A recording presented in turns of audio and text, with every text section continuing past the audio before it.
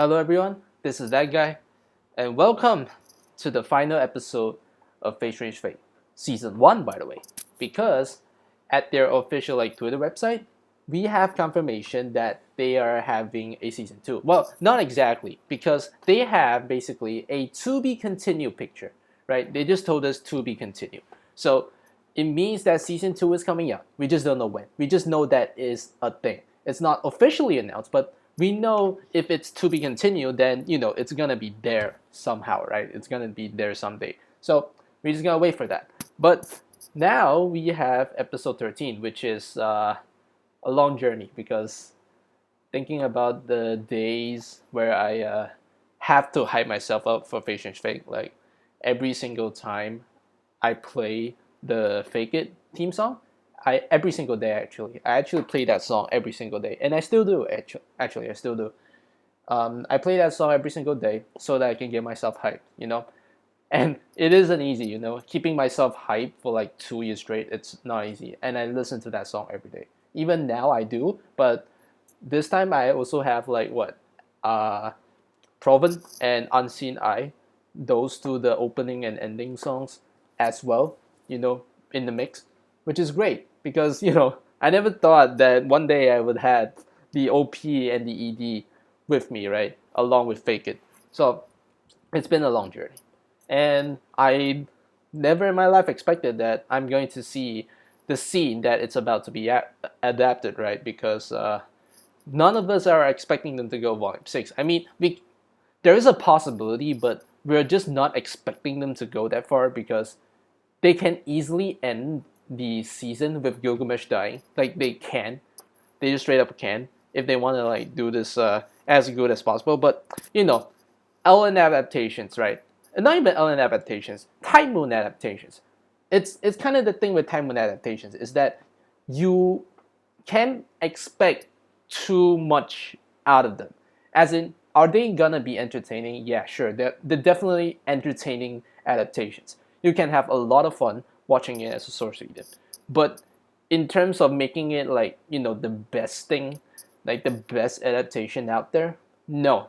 It's not gonna be on that level. It's not on the same level as like what Monogatari, like how Shaft does it, right? Because Shaft has like the perfect adaptation for like everything, even makes it better than the light novels. Or it's not even like Bacano, because Bacano is like they switched up the formula and then made it something that's completely different from the light novels. So it's not even that as well. It's not they went the true and tried route of just adapting the anime base as it is.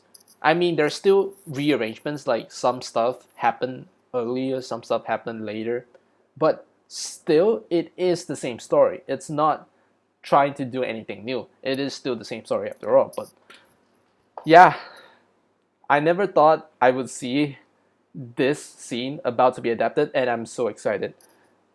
I really am. I hope they do not fuck this up because this is the scene. This is my top three favorite scenes in Fate Strange Fate, like the light novel series, right? Last episode, like the Red Ayaka, like the Red Ayaka, like overcoming your fears, like that was one of my top three as well. So the anime, I wouldn't say exactly did the perfect adaptation. I say it's good because I think that adaptation for like Ayaka overcoming your fears, like that part is good. Like I don't think any parts were missing, right? I don't think any parts were missing. In fact, they actually added some parts so like making it even better, which I appreciate. But I just didn't feel it, right? I just didn't feel it, which I'm kind of sad because I know it's not the anime's fault because they've done nothing wrong. In fact, they've added quite a lot to her scene, right? They've added a lot to her scene to make it way better, but I don't feel it. But the conversation with Richard after, yes, that's something I didn't expect to feel something out of because when I read the light novels firsthand, I don't know much about the teams and whatnot because I'm trying to make this simple, so I didn't really understand what Ayaka's like goal, like having Richard be like letting her be the master of Richard. Like what's the point of her acknowledging it? Like when I first read it, I don't really understand it like that, but now that I read it back, yes, I absolutely understand where she's going with this because I'm seeing this from a retrospective where I can think about more of these like extra stuff, right? But yeah, this one is gonna be a good one. I hope they nail it. They need to fucking nail it because this is the one thing they this is the one thing that I at least expected them to nail, like the fucking episode 6, right? I think it's at least that level because what they're about to adapt, sure, it's not fight scenes, but the impact, the fucking influence is very big. Like straight up, it's very big. It's not even like if you are a fan of Fate Strange Fate so far. If you are a Type Moon fan, if you like Fate overall, this next scene, you need you need to watch it. Like this is not even Fate Strange Fate like levels of influence they're going right now, right? This scene that they're about to adapt is going to go way beyond. It's going to go even those that don't watch Fate Strange Fate. They'll be like, oh shit, Fate Strange Fate has this one scene that has this one cool scene, and I'm like, and they'll be like, oh, that's interesting. I might give Fate Strange Fate a watch because that scene might be the thing that gets other outsiders to come in and watch Fate Strange Fate for that scene alone because they want context. And that thing, they need to nail it because this thing is gonna be so big in every sense of the way. But yes, I talked too much. Let's continue the final fucking episode of Fate Strange Fate. I really am excited. So let's start the reaction in 3, 2, 1. Yeah, we stopping at the two Prelades. Same lines as the last time. Yeah, you don't really get it, but just a girl with good magical energy.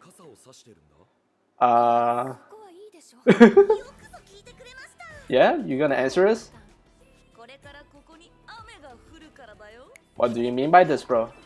Oh, the candies are raining in the buildings as well. Bruh, Jester is mad as fuck, bro. Ooh, Jester is mad as fuck, but that scene, holy shit. Oh, Assassin, do something! I need you to do something good. Bruh. I mean, now we good friends now. The enemy of my enemy, bro. You learned they were trying to save Subaki's Ruka. And that's it. Yeah, that's basically kind of a difference, right? Yes. Yes, do that, right? Do that. Just cut his fucking blabbering and then just throw a fucking knife at him, even though you know it's an illusion, right? But as Jester said, what Assassin is basically saying that no, Jester is saying that wow, you care for like the police now? I thought I thought you hated them. You just fought them like what in episode 2? And then she's like he's like, when it compared she's like, when you compare them to you, I would rather like fight against you. Which yes, it's a logical reasoning, right? Because when you compare it to the cops and Jester, Assassin will rather take Jester first than the cops. Any day of the week. Any day of the fucking week. But Jester is giving us like a different angle, right? It's like maybe the reason why you decided to like worry about them now is not because that it's not because like they're not a priority, as in like Jester is a priority and you want to do me first, so like you don't care about them in that sense, but rather it's because you heard that they're trying to rescue Subaki, and then you're like, yeah, maybe I should help them, and then you're buddies now. Which that is the true thing. That's the true reason why she did what she did, right? Yeah, that's basically the reason why she did what she did, in the sense that she did it because the moment that she knows that the cop team is trying to save Subaki, she's immediately their friend. Right, immediately their friend. Like, they don't care. She doesn't care that she's fought them like episode 2, because if we have the same common goal right now, we are friends. And Jester noticed that as well, and it's like, wow, bro, I know you so well. And then she's like, shut the fuck up, right? But yeah, this mud thingy, I'm not exactly sure which it is. Yeah, it's probably Pale Rider, right? Because Jester, I don't think he can pull shit like this, let's just say. But yeah. He's like, yeah, I know you so well, bro. And then what he's saying, however, mages are the epitome of rationalists. That is true, because mages are basically what happens when a human is too fucking rational. They're too rational that they forget sentimentality. That's the thing that makes mages really scary, because they are human. They're just human taken to the extreme. You think? Bruh, he's trying to.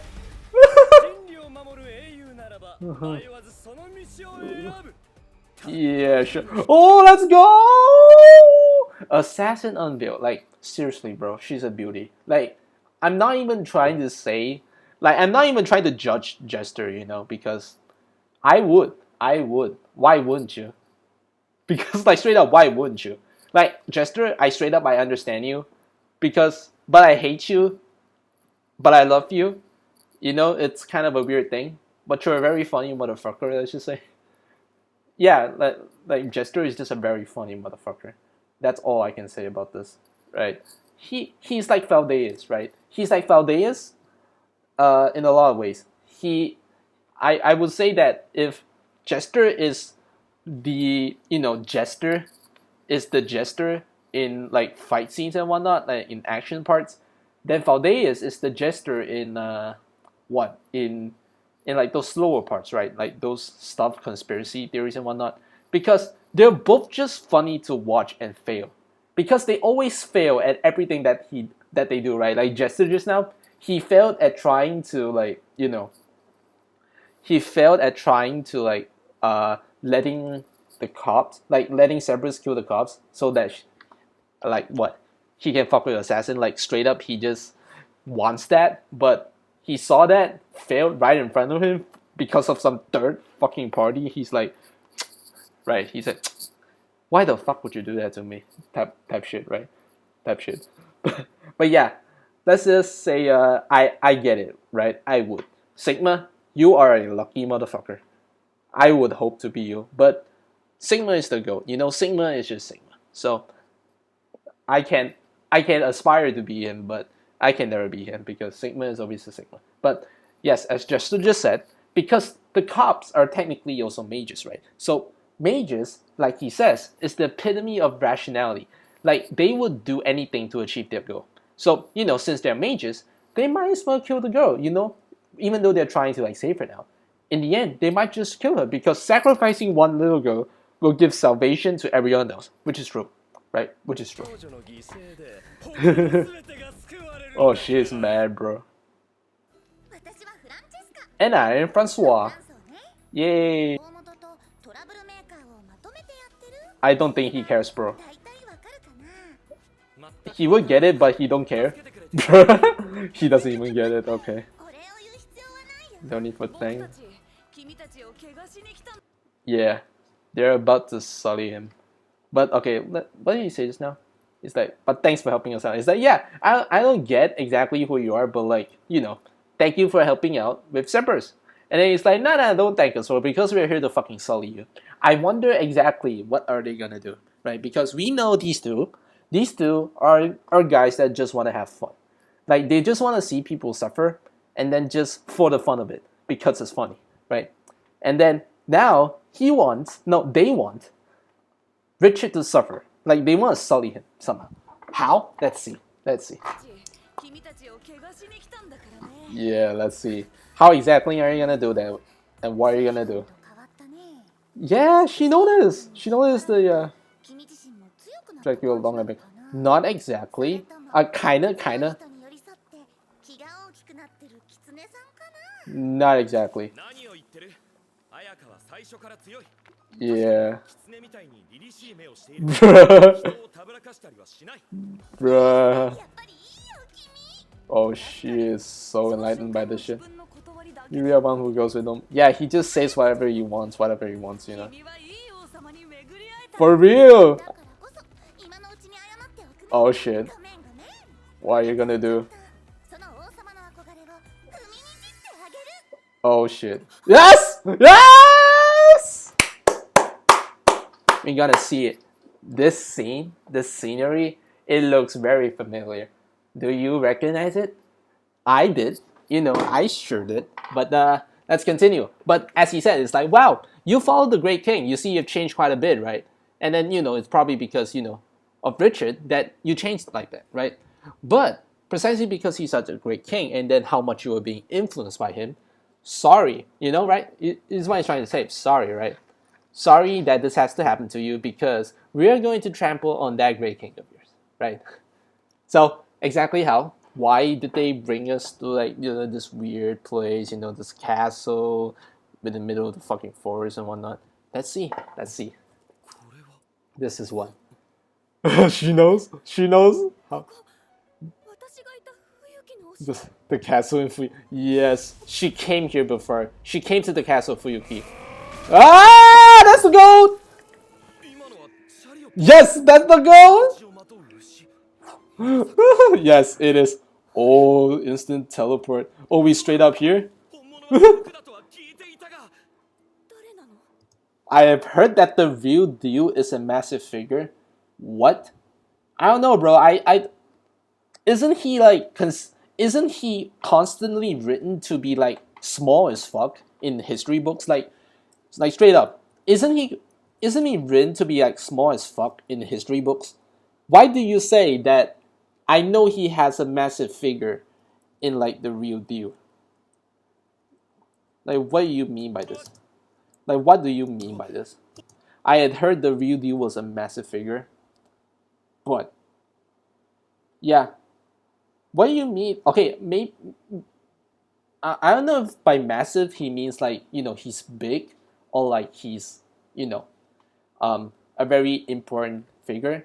But I'm thinking that he means big, right? He's like I had heard the real deal was a massive figure. Who did you heard that shit from? Who told you Iskander is big? Because in history books, especially since I think his Iskander has a couple hundred a couple hundred years separated from Richard, straight up. Couple hundred years is enough to write you in the history books. And wouldn't the history books write you as small? Because that's how the history books usually go. But yeah, let's see. It's nice to see Richard going this chibi face right here. But who is that? You don't know the goat? He looks good! He actually looks good! Oh, we back? Oh, we back here. Ivy! Not Philia, Iris View? But, okay, how do I explain this? She looks... Okay, she definitely looks different. Compared to Iskander, right? Iskander actually looks very similar from his Fate Zero form. And if you don't know at this point, we are seeing Fate Zero, right? If you remember this from Fate Zero. But yes, Iskander actually looks very similar to his Fate Zero form. I'm actually shocked because knowing how they knowing how they did Gilgamesh, because we saw Gilgamesh, the Gilgamesh what differences between the flashbacks. You remember the flashbacks in episode 4? Yeah, in episode 4, we were having the flashbacks of Gilgamesh.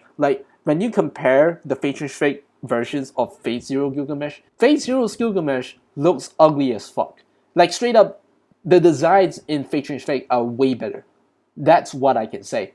But Iskander here, he actually looks a lot like his Fate Zero version. Straight up, there's nothing odd about it. Let's just say there's really nothing odd about it that I can really say. It's not like Gilgamesh where I can very easily say that he has a glow up. I don't think he has a glow up, or I don't know what's the opposite word for it, but he doesn't look good or bad in this version. He looks exactly like his Fate Zero version. Maybe you can say he looks better because it is 10 years after all. He just looks higher quality, but design wise, same. And then Ivy looks a bit weird because this is the first female Fate Zero design in Fate Fate. She looks kind of weird. I don't know what I'm gonna think about this because the original Philia, the original Ivy. I actually don't know which one I would pick, but let's just say that this is where you clearly see the art style differences come in. I still don't have a preference yet. I need to see them like, back to back, right? Side by side. But let's just continue. Nope, this is not Philia. Something is different. And there we go! The king, the myth, the legend herself. Oh, it's this. Oh, this is the light novel illustration. When this happened, this is exact. This is the exact frame of the light novel where he's just looking to the right, right, to the right, like exactly like what interested, like he was in awe seeing this, exactly that panel. Great, finally getting to see it like colored in anime stuff because the previous like coloring is just like coloring of the illustration, but like actually seeing it animated is like this is great. Is this a dream? Kinda. It's a dream for you and you alone. Oh my goodness. Yes. This is the first time you've technically seen him. Why? Yeah, because a king cannot kneel to a king. Yeah, because I should be kneeling right now. Yeah, this is a one in a lifetime moment because original circumstances, right? He will kneel because we know who he's seeing right now, and the respect that he has for her is so big that he would kneel immediately.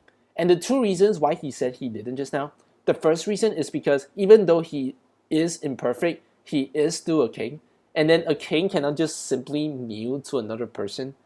Like you absolutely need to have a dignity as a king, right? So you can't just bow to someone that easily. Second reason is because he has been chasing this thing for his entire life. So he does not want to waste time kneeling so that he can see this thing in its entirety. Because when he kneels, he might, lower his face. He might take time to adjust himself, and then he cannot keep his eyes 100% on the full thing. He straight up can't. So that's why he doesn't want to kneel. He wants to burn this memory down to his fucking brain. Because this is a once in a lifetime moment. Yeah. She really. Oh, okay. Let me pause and see this design. King Arthur. Yes, King Arthur. But this design. Okay. I'm not getting used to it. I remember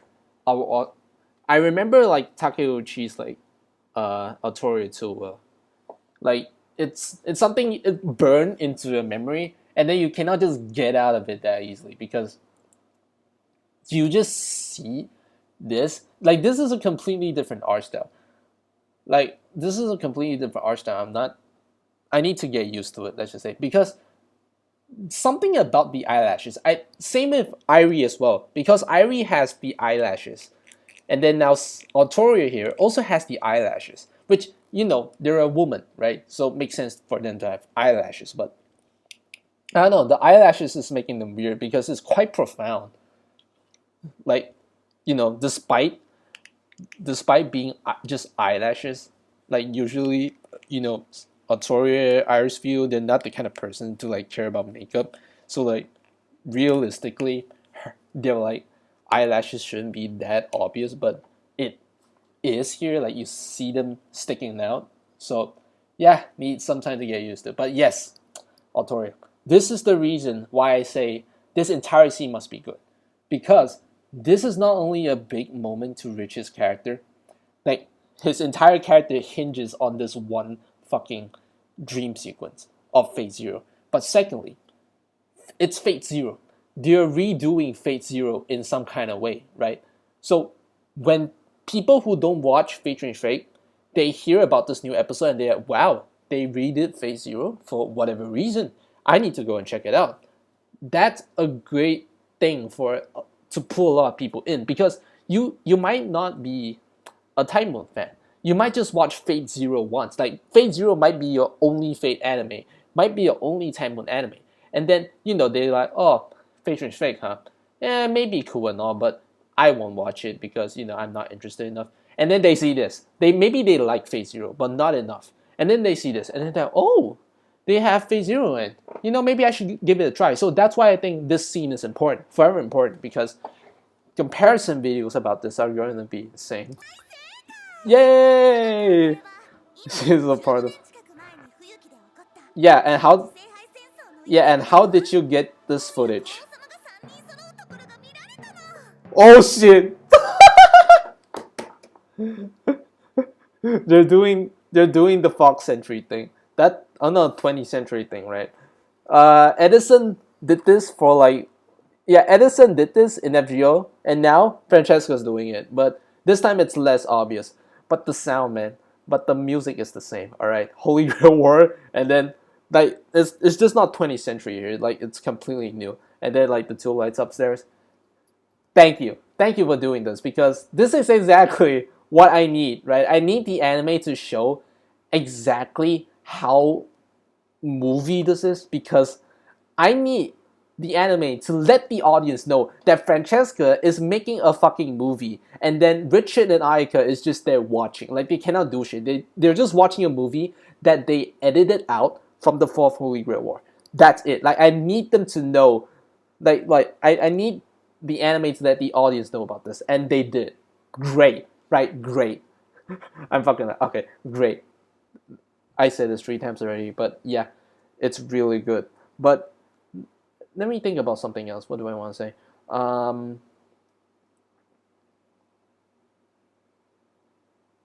Yeah, about how they have the Fourth Holy Grail. Like, why do they have info on the Fourth Holy Grail War? Right? You know, as we know, right? We watch Fate Zero. They're not characters in there, right? They're not characters in there. So, like, how did they know about the Fourth Holy Grail War? And in such detail, by the way, because you can see them having the entire sequence of the banquets happening right now. So, how did they know in that much detail? So, that's a question for another day. So, or maybe they do answer it right now, right? But let's just continue for now. They almost get copyright with this. Oh, yeah, it's the entire flashback. Oh, we have her back. Oh, that was a great one. I love that one. I always love a POV shot. I wish. Yeah. Yeah, I'm not used to the eyelashes.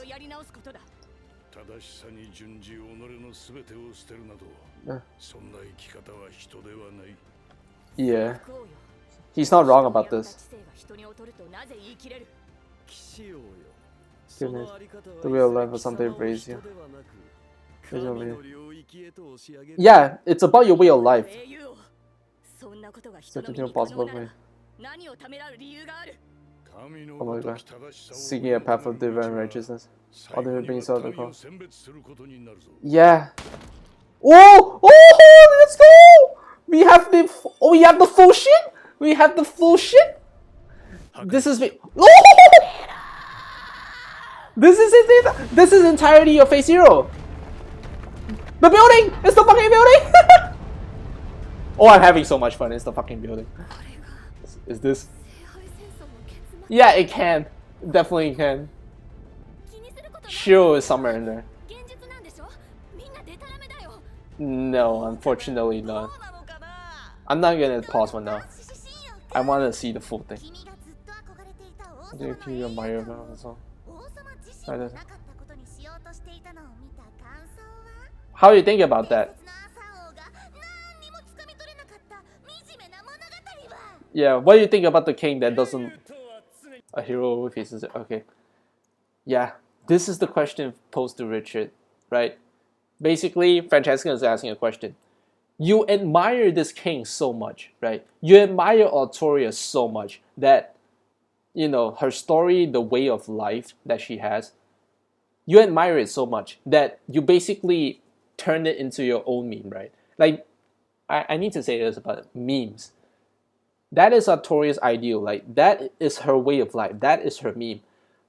Richard was so inspired by it that that thing became his entire meme. So, Francesca is asking the right question. Now that you see Fate Zero in its entirety, what do you think about Artoria that wants to delete her way of life? Because think about it. you basically you meet face to face with the person you admire so much, and then they straight up tell you, I don't think what I did is great.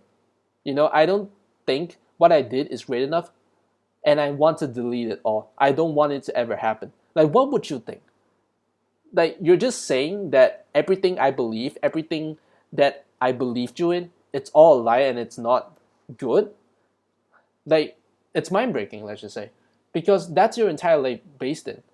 Because you were told, no, because you believe in something your entire life, and then that guy that made you believe those words came in and told you, no, what I did was bullshit, and I wish it never happened.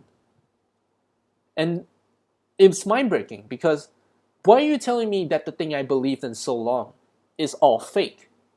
What do you mean that what I've, worked for so long is bad? Like, it's not worthy. You will start to get some identity crisis because you based your life on that thing, right? And then you are denied of that thing. Like, you are denied by the person that you are influenced by that your thing sucks. It's exactly the same situation as Emiya in UBW. He has his way of life. Like, it's the same as Richard, right? He believes, like, he is so inspired by Kiritsugu that he basically made his way of life the way he is. And then Archer comes in, UBW, Archer comes in, and then he tells him, no, what you did is completely bullshit, and I have absolute proof. And Shiro's answer to that, sure, maybe what I believe in is absolute bullshit, but at least I did what I did, right? I think it's beautiful, so that's why I did what I did. A better understanding to this, there's a better understanding to this is that imagine if Kiritsugu told Shiro in the fucking face that what you're doing right now, I hope it never happened, right? Because, like, I wish he's straight up saying, I wish I never rescued you from that power thing, because if I didn't rescue you, you wouldn't be influenced by me, and then you won't have to go through all of this, right? You won't have to do all this stuff. Like, what would Shiro think? His mind would fucking break, because your average person, your mind would break. What do you mean that you are willing to just let me die than not see me do the thing that I believe in so much? Like, what the fuck do you mean? Exactly same thing in Richard here. It's kind of different because, like, Kiritsugu isn't the type of person to say, I wouldn't, it's like, I wouldn't want anything, like, I wouldn't want this influence on you because it's a bad influence, and then I'd never save you. Like, he wouldn't do that, right? He wouldn't do that, especially now what happened in Zero. But it's kind of what's happening right here, right? It's kind of what's happening right here. But yeah, let's just see some of the highlights. So we have Dia, and then we have fighting Gillis, and then we have this one shot, POV shot. I always love a POV shot. I'm gonna watch this later on, but I always love a POV shot. But yeah, they're talking about shit, and then the conversation, like, if you notice, the conversation is different from Phase Zero, right? The conversation is different from Phase Zero, because right here, Iskandar told her that, like, that a rule where you stop. Yeah, basically, Iskandar is saying that your way of living is wrong, right? Because you shouldn't live your life that way. That, you would erase your history because you think that you did a bad job. I'm gonna erase my history so that someone better can take over. It's like, that's not a way a human is supposed to live. Like, that's just too fucking sad, right? And then he's like, and then Gil is like, the way of life will someday raise you from a human into the realm of the gods, right?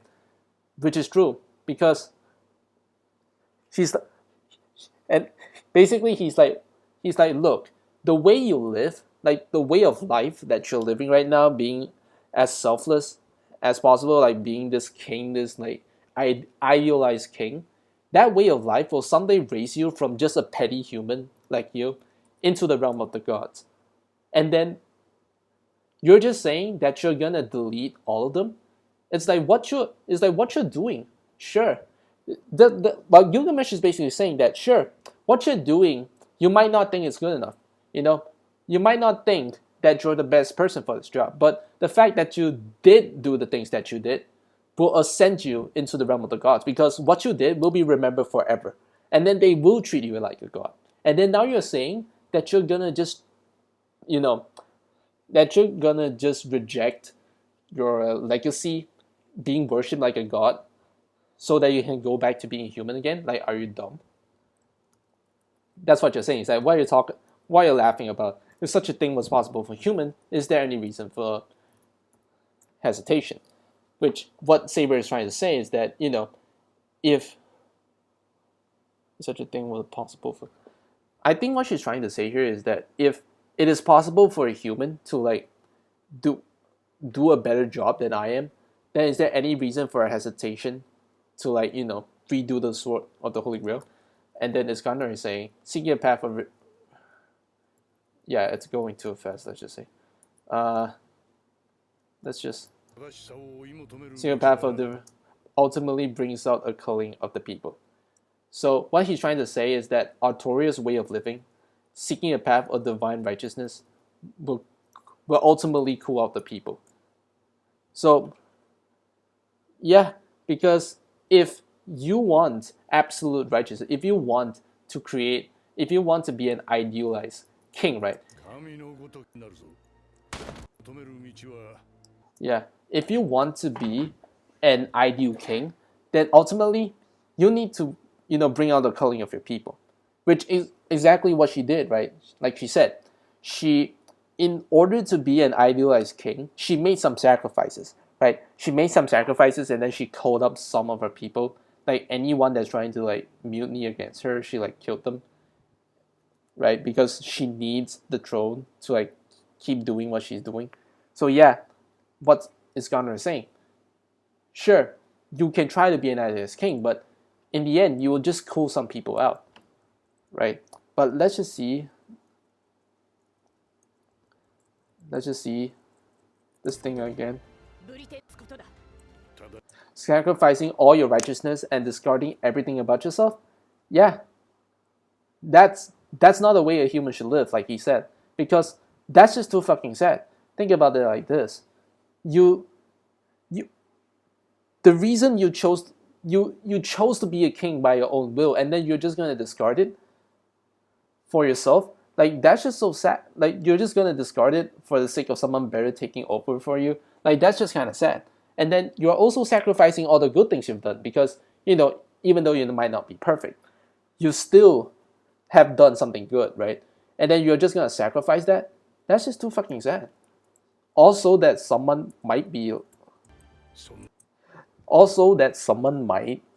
a better job than you. Like, what do you treat yourself as? How can you declare that a rule where you stop being human is lesser than that of a human? So, Iskandar is suggesting that, the way of living that she lives is kind of sad, in the sense that it's like you're not even human anymore. And that's the complaint a lot of people have about Artoria, is that she doesn't feel human. She feels like a machine that's trying to be an idealized king. She's too pragmatic, let's just say. Not even pragmatic. She's like being... Yeah, maybe pragmatic is the word. But what she's trying to argue is that, yes, I might not be lesser of a human. Wait, how do you get that a rule? That a rule where you stop being human. This doesn't do that of you. So she's not denying the fact that the way of living that she lives is not being a human. Like, straight up what she's doing, she's not exhibiting human behavior. She's exhibiting God fucking behavior, because she has, when she leaded, she had no emotions in that sense. I wouldn't say no, as in, like, she suppressed them so that she can do a better job at leading. And then she's like, yes, I admit that I'm stopping myself from being a human so that I can better rule this country.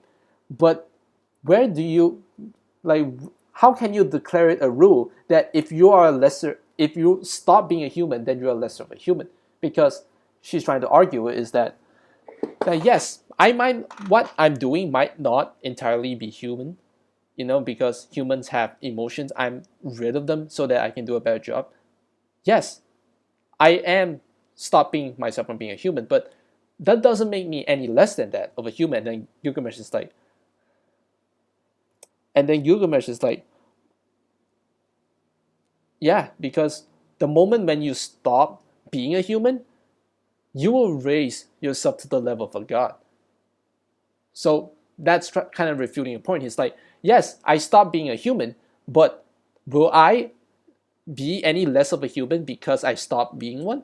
No, because deep down I'm still a human. And then he's like, no, because the way you live, right? The way you live will ascend you from a mere human to the realm of the gods. And that's exactly what she became. She became a god for people to worship because of how she stopped being a human, right?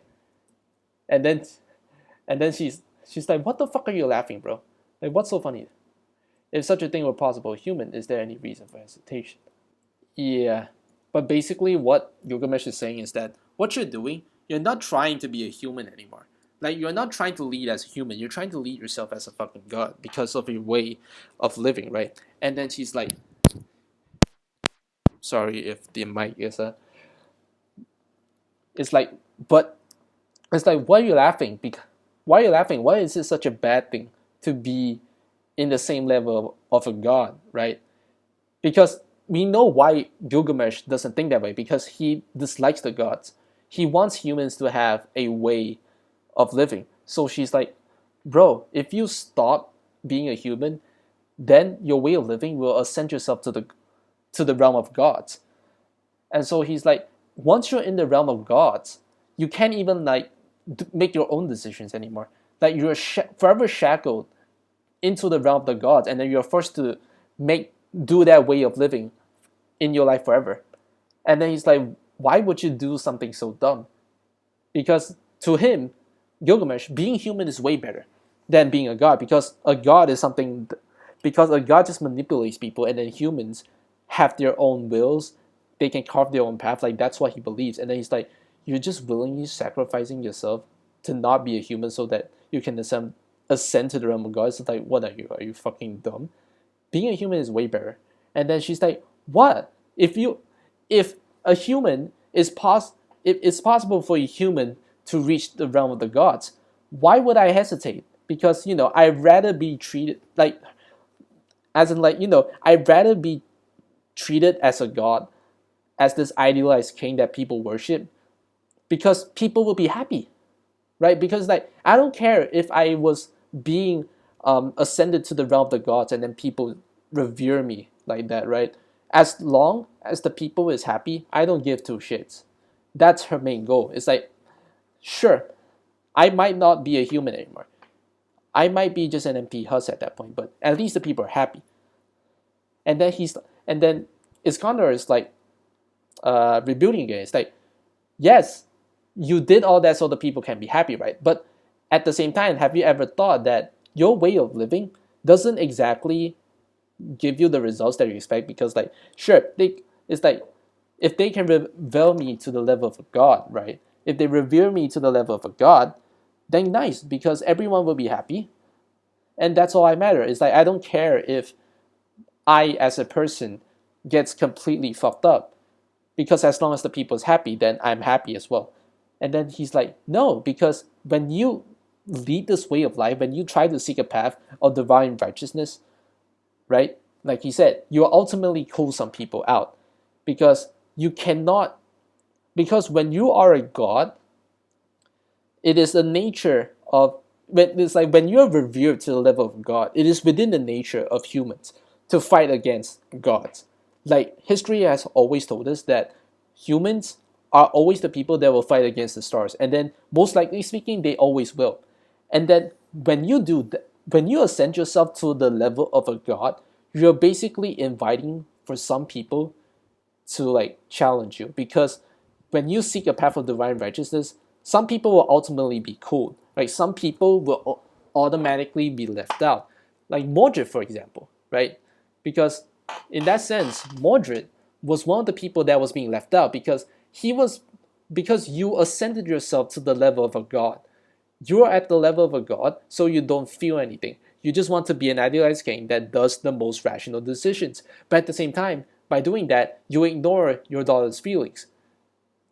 So it caused Mordred did the thing she did. But even so, there's something way deeper than that. But like, that's the gist of it. I'm not gonna go any more deeper than that. Maybe another video.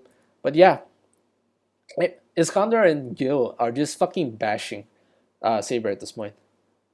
It's kind of sad. But even like Mordred said, like even everyone, Mordred, Bedivere, Gawain, all of them agree that Artoria is quite sad. Like they idealize her, right?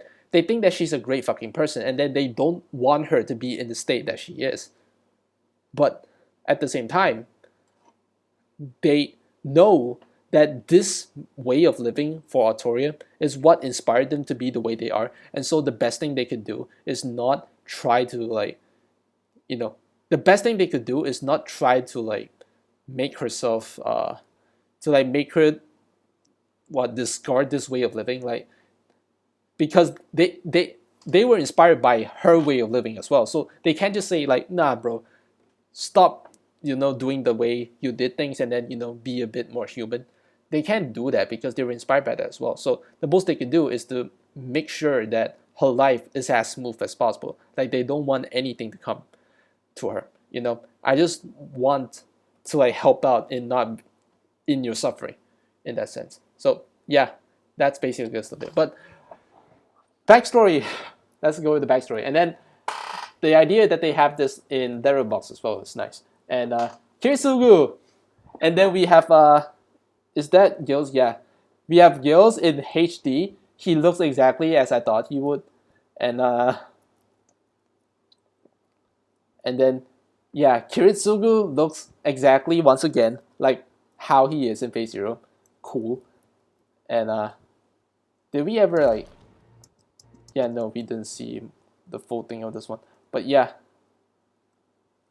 you see her destroy the ground, and then we see this entire thing, and then yeah, Aika was trying to help him. He's like, look, I saw what I saw, right? Any normal human that is Richard right now would be broken by this shit. And she's like, nah, this shit ain't real, bro. This shit ain't real. And then the Brilatis is like, nah, bro, this shit is real. But like after watching for so long, what do you think, bro? What do you think? And that's about the gist of it, right? And that's about the gist of it. Your hero, she doesn't. Your hero, the way of life that she aspired to, that you aspired to, she doesn't want any of that. She's gonna erase all of that, right? She's still living her way of life. As in, like, how do I say this? It's like she's still living her way of life, right? She's still doing the memes. She's still trying her even though she is denying, deleting everything that she has ever done, she still lives the way of life, right? She still has the meme within her. She's doing this for the memes, for her memes, even though if it means, yeah, discarding her memories, every single thing about her is her still following her meme. Like, there's nothing out of character about that. It's like she's doing this for the sake of Britain, so that Britain can have a better ending if someone else did the job.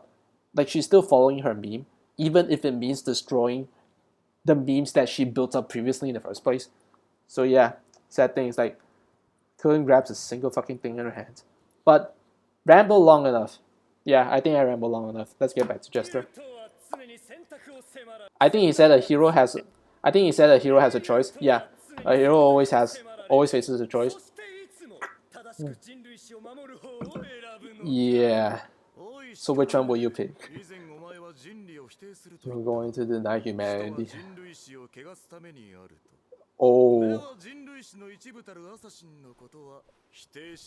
he is being asked a very important question. Yes. Oh! Again? Maybe high level dead apostles like you. A singularity wielder? Is this like FGO we're talking about? So like if I want to deal with a high level dead apostle like Jester. I need a concentrated weapon, which Hansa has, a singularity wielder, maybe someone was strong enough to like carry a singularity within him, like I'm not too sure, or a high ranking mage, right? But yeah, he just now posed a very important question to Jester. It's like, you as a dead apostle should be denying history. Then why are you not denying assassin who is a part of human history? It's like what the fuck do you mean, bro? It's like what the fuck are you getting at this? Which yeah, it's true because he's contradicting himself. He's supposed to deny human history, yet he simps for assassin, which is the epitome of human history. So like, what the fuck? Or, Jesus. Oh, he said the thing. The quartets are the quartets are doing shit. Ooh, this is great. Yeah, this shows the amount of level that is being applied here because this Jester right here is just a mirage. It's just an illusion. And even though they're attacking this Jester, the fake Jester, the real Jester at the other end felt it. They felt the pain that was being inflicted on them. That is insane. Like, it just shows how much Flat has evolved. Like, how good Flat is at his job. He is able to somehow affect the real Jester by just applying an attack on fake Jester. That's insane. But yes, wow, what a shot, bro. What a fucking shot. Like, this will be the thumbnail if something, like, you know, if the other thing didn't happen, right? Because most likely, even though as great of a thumbnail as this is, I'm not gonna use it, unfortunately. But I would definitely say this. Like, this is great art, bro. But yeah. But he's like, geez, I guess this has all been guided. Now, he looks a bit like what? He looks a bit like, so this is how it's come to, right? So he looks a bit sad in that sense. So what happened is, like, I guess this has all been guided as well. It's like, so it has come to this, huh? Well, no choice then. We need to defeat Jester, so Dorothea? And then he's like, what the fuck? What the fuck did you call that name for, bro? What the fuck did you call that name? But yeah, I'm gonna explain why Hansa has this like emotion within him. Like, he sounds a bit sad in the sense that, so this is how it should be done, huh? Well, I guess I have no choice type of shit. But yeah, let's go back. What the hell did I? The body that split off. Yeah, so that's why I said he's so good at his job. Huh? You do? Oh, painstaking. I love this Jester shot, man. Like, just straight up face palm on the fucking ground. And then yeah, like I said, right, he basically just followed the magical energy because, like, you know, you need to control the fake body somehow, right? From your main body. So like there's a magical energy in it. And then, you know, I just connected it. You know, I just found that thing and then attacked the main body as well. And then he's like, impossible. I'm not simply a body that split off. Yeah, it's like he said, right? It's not simply a body that split off. In the sense that he's not cloning himself, right? He's not dividing himself into two and then just one here, one the other. It's not like, you know, they're connected in that sense. But he's like, yeah, I get it. So, you know, tracing your magical energy has been quite painful, let's just say. So, has been painstaking, let's just say. And he's like, all that and it's just painstaking, bro? Like, do you understand what the fuck you just did? Like, it's like, did you understand what the fuck you just did? And then you only describe that as just fucking painstaking? It's like, damn it, bro. That messenger. Yeah, it's all about randomness, bro.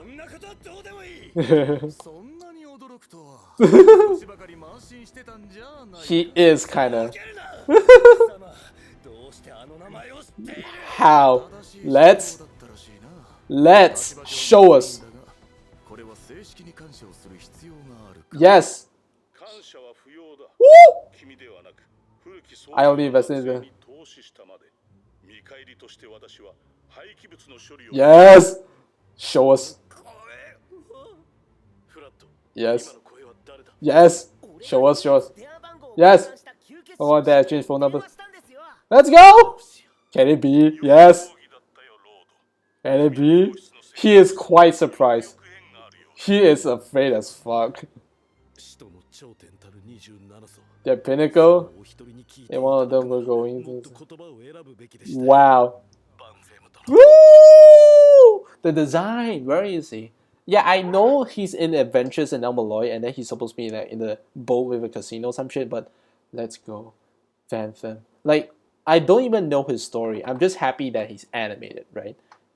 He's in Tsukihime, and then he's in Adventures, both of which I haven't like reached. Adventures I read, but like I haven't read his part yet. But wow, the thing that they actually show. Why not Edmond Dantes? Like, fuck you, A1. Where's Edmond Dantes? You had Van Femme, right? Van Femme is less popular than Edmond Dantes. So why the fuck don't you do Edmond Dantes? Like, what the fuck is wrong with you? But yeah, rambling over. Let's go back. But yeah, Van Femme has been listening in all this time with Hansa at the side, right? And then Waver is like, if I know that okay, to explain what Van Femme is, he is basically a member of the 27 Dead Apostle ancestors, like he said.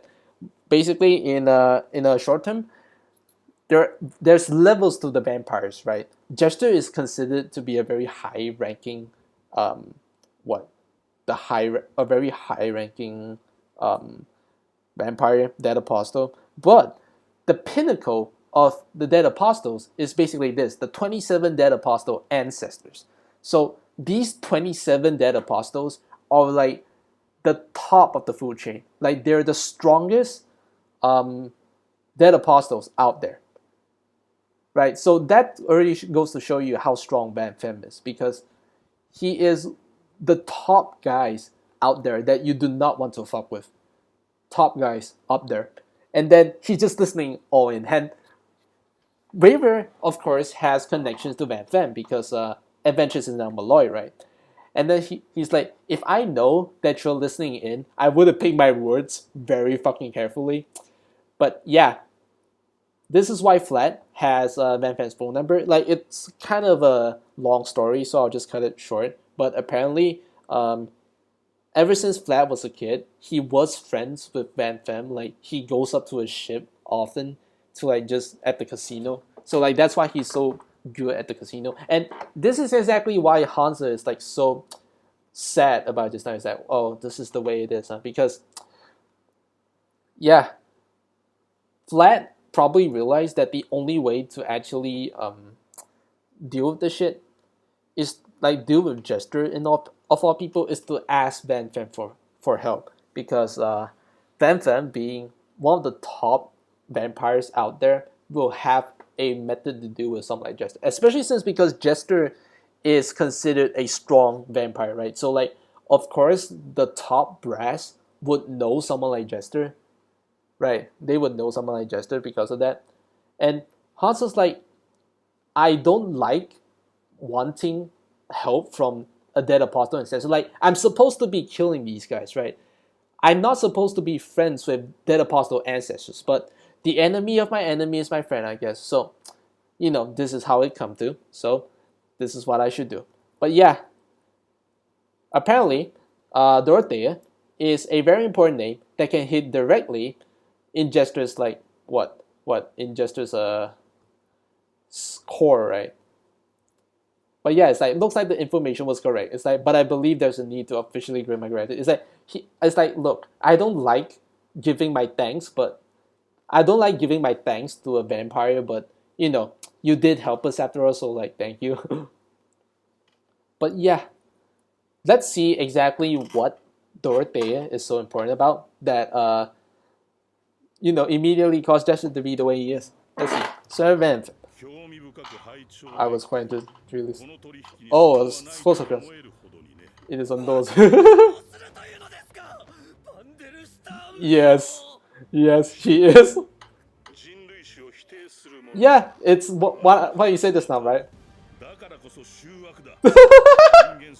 Claiming to deny the world of humans, yet in love with a hero, the combination. Yeah, you are a fucking disgrace. Yeah, double fucking standard, bro. If you're going to change how you stand, who you're doing with, yes. Please clean up that thing for me. Okay. That was fucking funny. But yeah, Van Fam immediately did the entire thing, right? But they missed a few things. Basically, like Van Fam said, right? He's the top brass. He's the vampire of all vampires. So like, he should be the epitome of what a dead apostle should be. And then he's like, bro, he's listening in because that's why Hansen specifically asked him, right? It's like, bro, do you know that you're being double standard right now? And then he's like, yeah, so fucking what? And then Van Van listening is like, you piece of fucking trash. You're supposed to be a dead apostle, right? The idea of a dead apostle is that you're supposed to deny human history. And then you said that, if you know what I mean. You fucking said that. You said that as a dead apostle, you should be like denying human history. Yet here you are, loving an assassin, which is a servant, right? It's like if someone like, okay, let's see the. It's like if you're going to change how you exist as a dead apostle, depending on who you're dealing with, you have become a necessary but engraved into this world. So yeah, exactly what he said. Right, exactly what he said. It's like you are being double standard right now because the idea of how dead apostles work, I think, is that they're supposed to be the epitome of bad guys, like the epitome of evil in this world, right? If in the Fate timeline, it's if the world is good, right? If the world is good, then you can summon someone like servants, right? You can summon servants because the world is good. If the world, like human history, is like dominant, if human history is dominant, then you can summon servants, which is the representation of human history. But in Tsukihime, it's in the world where human history is not dominant, right? Evil forces have become dominant in Earth. And when that evil force is like dominant, you will have dead apostles, right? It's not that dead apostle doesn't exist in Fate, but it's more like they're weaker in that sense. But the idea of a dead apostle, I think, like, correct me if I'm wrong because I haven't read Tsukihime, but like I think the idea of a dead apostle is that they're supposed to be the representation of people that deny human history. Like they're supposed to be people that deny human history, and they do everything in their power to deny it, right? They use everything in their power to deny it. And yet Jester right now is being double standard. He is coded to hate on human history and then to constantly fuck with it in every single way. Yet he's being double standard right now. He's saying that he's fucking with human history, yet he wants to fuck a representation of human history. Like, bro, you're contradicting yourself. And because of that, Van Fam here officially claims you to be an unnecessary bug. You are a stain trash in this fucking world, and you need to go because we cannot have someone like you breaking the world system, right? Like, it's not even that you're evil, right? Because that's how the world works. If human history is not dominant, Dead Apostle will become more dominant, and then their entire objective is to deny human history. That is how the world works. And if you don't work by that world, then that means you are a fucking cog in the entire system and you need to go. But yeah, please clean up that shit for me. Like, okay, they didn't explain Dorothea and why it's important for now, but if they don't, I'll explain it later. But what's important? Richard, what's your answer? What do you think after seeing all that? He bowed. He bowed. From the bottom of my heart. It's like, what? Okay, indirect rendition. Yes! In my case, I know how the king was betrayed, how she was irrational, and how she loses everything in the end. From the entire package. Yes. Goodness.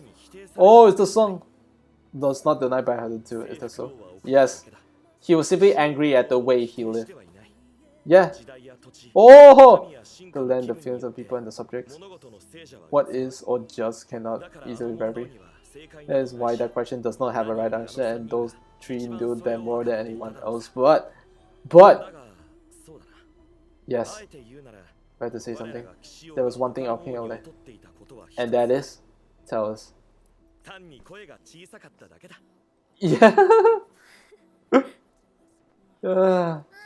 And then this song is so good. But like, no, he's not. He knows. Yeah, he knows everything, bro. The legend of the true king Arthur. Artoria is not Altria, bro. Yeah, he did. Yeah, they kind of expected him to be a misogynist. Myself. Not really. Not really. Thank you, the one and our F.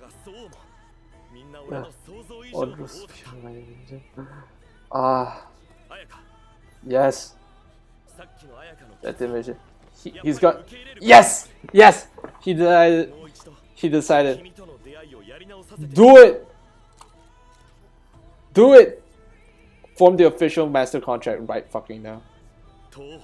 Yes! Oh, yes. Ah, yes. That is so fucking good. I don't even want to skip it because it's so fucking good, right? But yeah. Basically, he's thanking them. He is thanking them. Okay. How she is irrational. Is like, okay, forgive me because like it's been a while. Is she supposed to be irrational? I thought she was supposed to be rational as fuck. Like that's the main thing, right? Because okay, irrational is the wrong word. Being completely rational is the wrong word. In the sense that she has her own way of life where she's trying to be the perfect king. She's trying to make every single decision based on the greatest intentions of Britain, and she's willing to do anything to like achieve it. She's not exactly irrational in the sense that, but no, she is rational. That's the thing. That's the problem people have with her, right? Because she doesn't feel human. Because if you're irrational, if you do something that human mind cannot comprehend, then that means you're still human, right? Like it's like you're acting in your own heart. It's like, wow, you're being irrational by like doing things that you shouldn't be doing. Like that's following your own heart. That's kind of still human. But what she's doing is too rational in the sense that that's not something. It's like you don't casually just say, I'm gonna kill a bunch of people and then feel absolutely nothing, because that's the thing that people have, like the King of Knights have a problem about Saber, because she's the type of person that casually just kills a lot of people and then says like, it's fine and whatnot. But yeah, that's the thing. Richard, he knows everything, right? It's like they're betting on the fact, because Pilati is betting on the fact that, wow, bro, you just heard the Arthurian legends from like just your mom and whatnot. It's like you don't actually know that shit that well, do you? And so I'm going to teach you exactly the real history of it, right? And then you're gonna break once you know what actually happened. And then he's like, nah, bro, I already know this shit is gonna happen. But like, now actually seeing it, I have something I wanna do about it, right?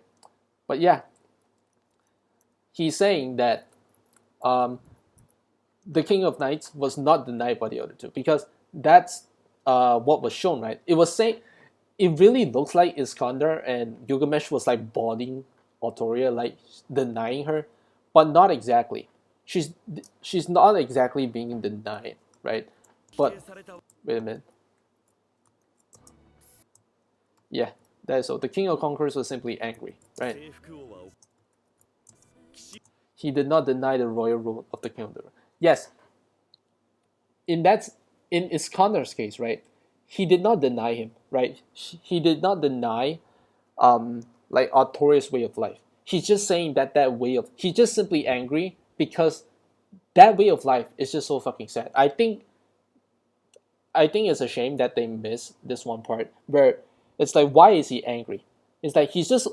It's like, yeah, Iskandar is just angry, but he did not deny the royal road of the King of the Knights. But I think it's important that to add the fact that the reason why he's angry is because he's sad about Artoria. Because it's like, look, I don't think what you're doing, like, I don't think your way of life is bad. I don't think what you're trying to achieve is bad. But I'm just simply angry at the fact that you chose this route because it is too sad. Like, you're not even, it's like you're sacrificing everything you have just to be this, just to live the way that you did for the sake of Britain. Like, that's not how a human is supposed to live. Like, that's what Iskandar is like angry about, right?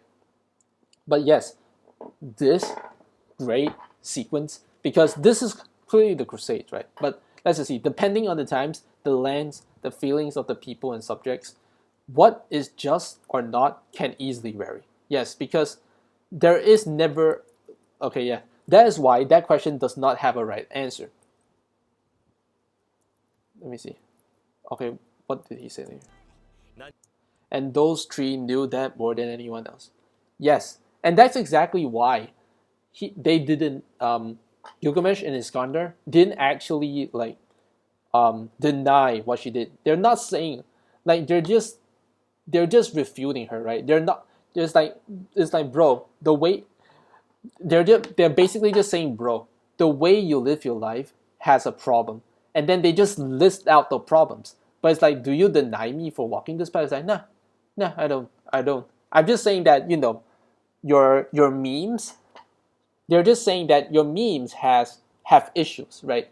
They have very glaring issues that I think is quite sad, right? They're just pointing out the issues. They're just pointing out the issues that she has taking this path, and that's about it, because that's the most they can do, because like they said, what is like, depending on the era, depending on the time that you live in, what is considered good or bad varies differently. And so, and that is why that question does not have a right answer. It's like, you ask the question, right, how should a king lead? It really depends on the time and era, because it's like, okay, a king should be a tyrant, I should say. In the modern world, definitely no, because like, people are civilized enough these days that they would know a tyrant when they saw one.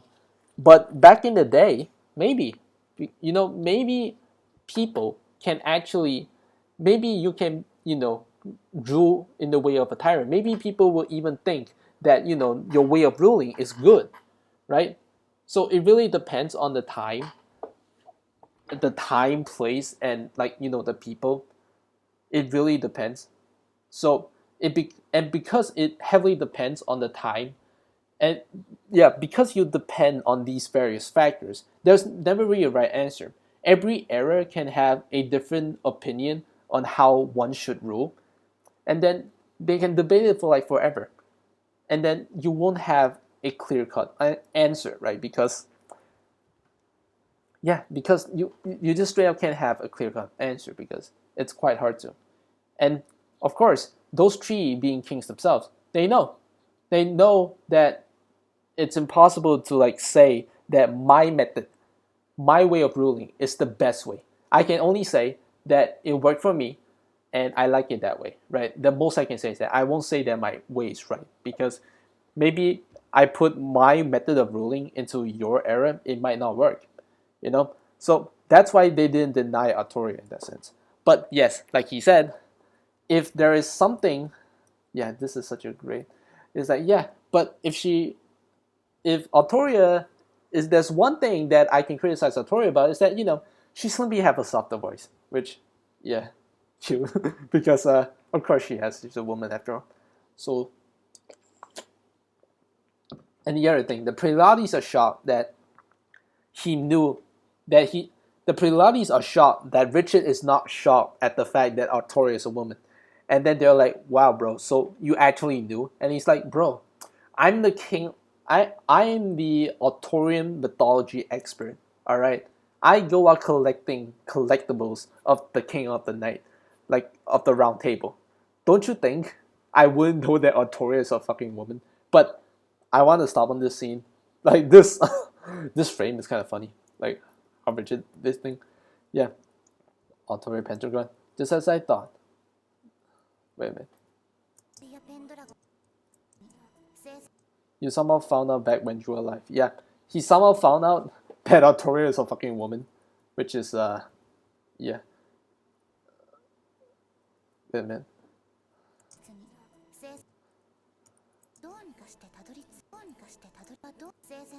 Someone found out back when you were alive.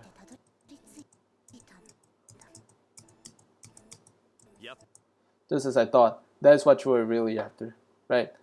Because they want to break him, and one thing that they expected on was, you know, Artoria being a girl. They thought that he would be a misogynist, that he would hate women, like, or aggravated, but he's like, huh, so you really did catch that part of me and was thinking that you'd break me with that, right? But, you know, didn't work. Didn't work, right? But yeah, he thanks them, right? Because you just reaffirmed something about, like, you're giving me shit that I didn't even know about Artoria. And now I've made up my mind. That determination is so early, I'm gonna accept it. And now I ask you, are you my master? Beautiful. I hope they explain exactly what. No. This is quite subtle, so I'm gonna explain it right now. So the reason why Richard didn't accept Artoria's Ayaka's request back in the day, last episode, was because he didn't have a reason to fight for it. Like, yes, Ayaka has a reason to fight for the Grail now because she wants to help Saber. Because if she isn't fighting for the Grail, then she isn't fighting in full power. Like, if she isn't fighting for the Grail, then she isn't fighting in full power. And if she isn't fighting in full power, Saber might die. Richard might die. So she doesn't want that, and that's why she wants the Holy Grail now. She wants to fight for Richard because, you know, she was inspired by him so much. But Richard doesn't want to do that, right? Because he thinks that he's lacking in determination because he has no reason, he has no goal big enough for the Holy Grail to actually justify killing the other contestants for it. Like, yeah, sure, maybe a collectible, maybe sell it off, but like it's not as big of a wish compared to anyone else that I would be willing to get it. So, yeah, and Gilgamesh told him that he's like, I'm really missing something in my life. Like, what am I even fighting for? It's like, why do I even fight? It's like I have no reason being here. I don't even want the Grail. So like, why do I even fight? And then Gilgamesh made him realize that, and then he's in doubt. But now after seeing this, he has determination, which means that he's in determination, and then now he's willing to fight for the Grail now. So he must have found a new goal. He must have found something he wants from the Grail, and he's willing to kill every single one for it. And what exactly is that? We'll see quite soon. Quite soon, yeah, I think quite soon. Yeah, because the 7th. Saber's coming back very soon. What is it? The skeletons? Yeah, you have been dumped by the dead apostles ancestors themselves.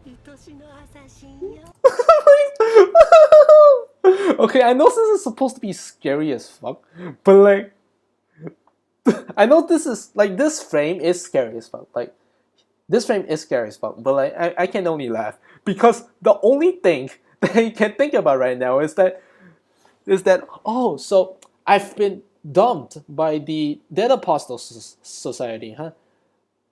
It's like I've been dumped from the Soul Society. Blah.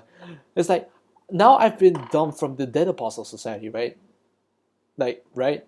Not even like Van Fem has officially discarded me, and then I'm not even a part of the team of the Dead Apostle team anymore. It's like It's like I'm just like her for real. That's his first thought. He's not even worrying about the fact that he got kicked out of the club. He's not even worrying about the fact that he got kicked out of the club. He got weaker because of it, and the fact that, you know, probably some And even if he gets out of this alive, some dead apostles will definitely try and kill him. Because Van Fem, being the top brass, he has absolute authority to order a death penalty on this guy. And then the first thing he thinks about is like, now? It's like, I've been forsaken by the community that I'm at. Just like you, Assassin. Now you and me rematch. We have something in common. But it's too bad because Assassin's backstory isn't fucking adapted. So we do not exactly know, in the anime at least, why does Jester match with Assassin now that he's been forsaken. Right? We don't know because Assassin was kicked out of the Assassin Society, right? Because she was trying to be her son, but she failed. And then, not even she failed, the entire fucking Assassin community does not like her. She got casted out. She got dumped. Same as Jester. So he's like, bro, now we're both the same. Yeah, so what the fuck are you talking about, bro? This is the thing you're thinking about? Yeah, now the skeletons are coming.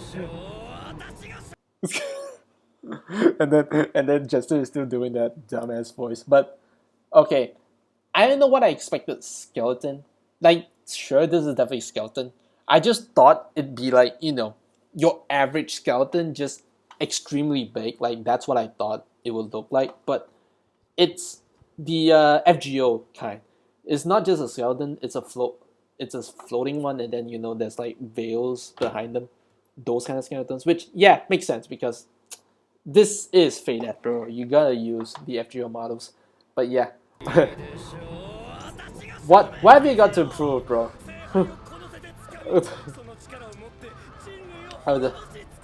Yeah, that's your goal in the first place, right?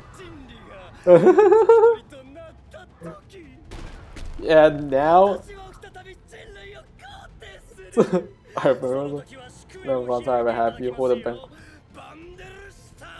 Bruh. A bit too rough. No, it's not your fault, bro.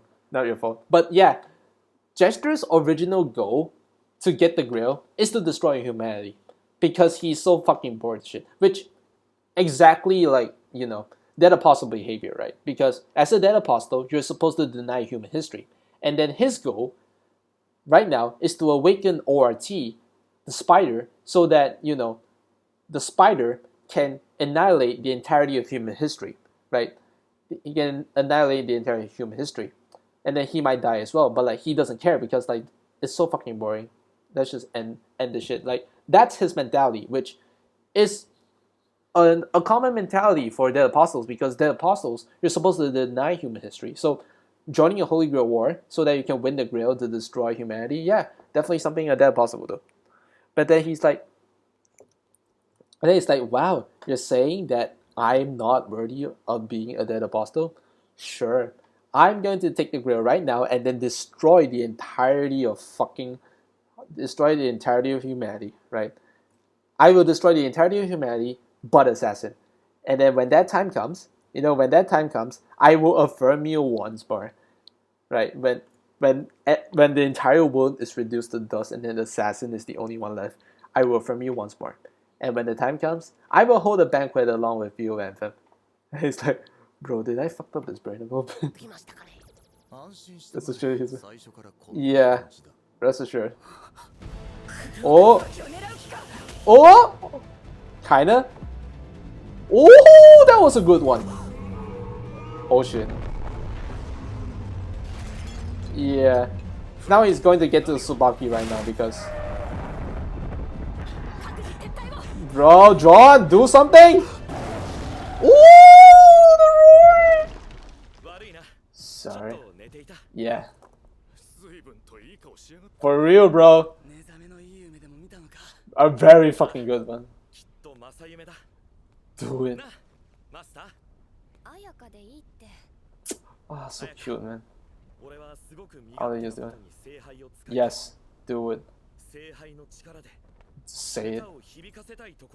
Ah, say it. Say. I want you to fight them while saying it. Can I? Yay! Someone threw him a sword.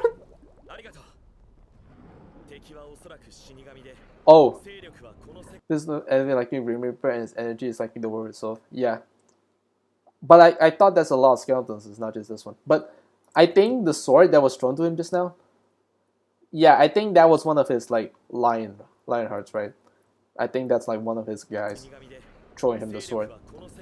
Yeah, you gotta take it down one fell swoop. Let's go! Avalon! Oh! Oh, the Pure Rider! Oh! I am winning! I am winning! Oh, slide! Oh, parachutes! Oh yeah, there's a lot of skeletons. Quiet down, you'll make the consumer spell. Yeah.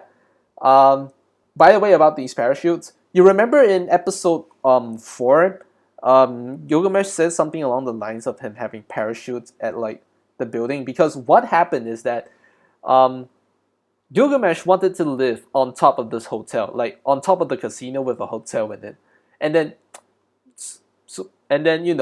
Teena's like, if you want to live in this place, so be it. You're the king after all. And then he's like, for the sake of you, right? Because you petty humans, you can't fucking fly. I have some parachutes for you. So in case this building goes down with an attack, you can parachute down. And then they paired that attack in the building with Kiritsugu blowing up the entire building, right? They said that, and then they're like, if someone blows up the building like Kiritsugu did, we have parachutes for you. And then Tina was imagining herself like jumping down the parachute, and then of course the parachute is right here now because they duplicated. But yeah, of course they jumped out from that shit immediately. Is that Jack saying it? Yeah. Yeah, good thing you said the similar mystical. Yeah. Woo! Let's see. Trees on like in villages. Yes. Shows his anger. Yeah, she doesn't back down. I firmly yes. Building of ideas, even with mental finding, all of which is yes. Such tyranny. Yes, they did not know this one thing about the round table. Yes, it doesn't. He's understanding that.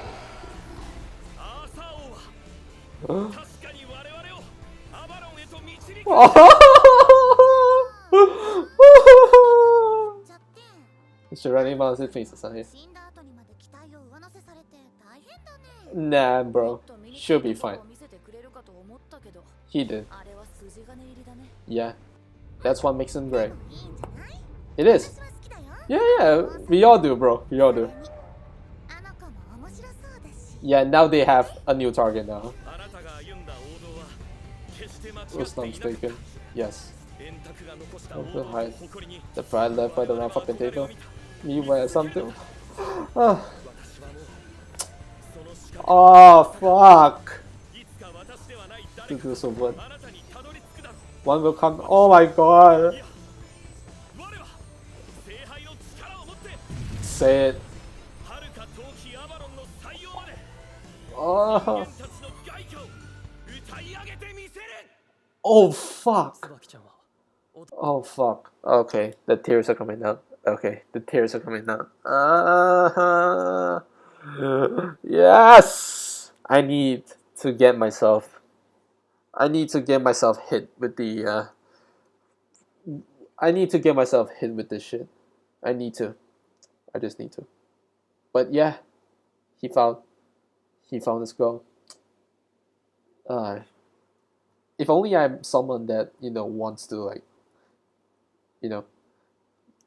show up my face cam, but since I don't want to show up my face, you can't see me cry, but I am crying right now. But yeah, he found his wish to the Holy Grail. He wants to sing a song of human victory to the very end of the ever distant Avalon.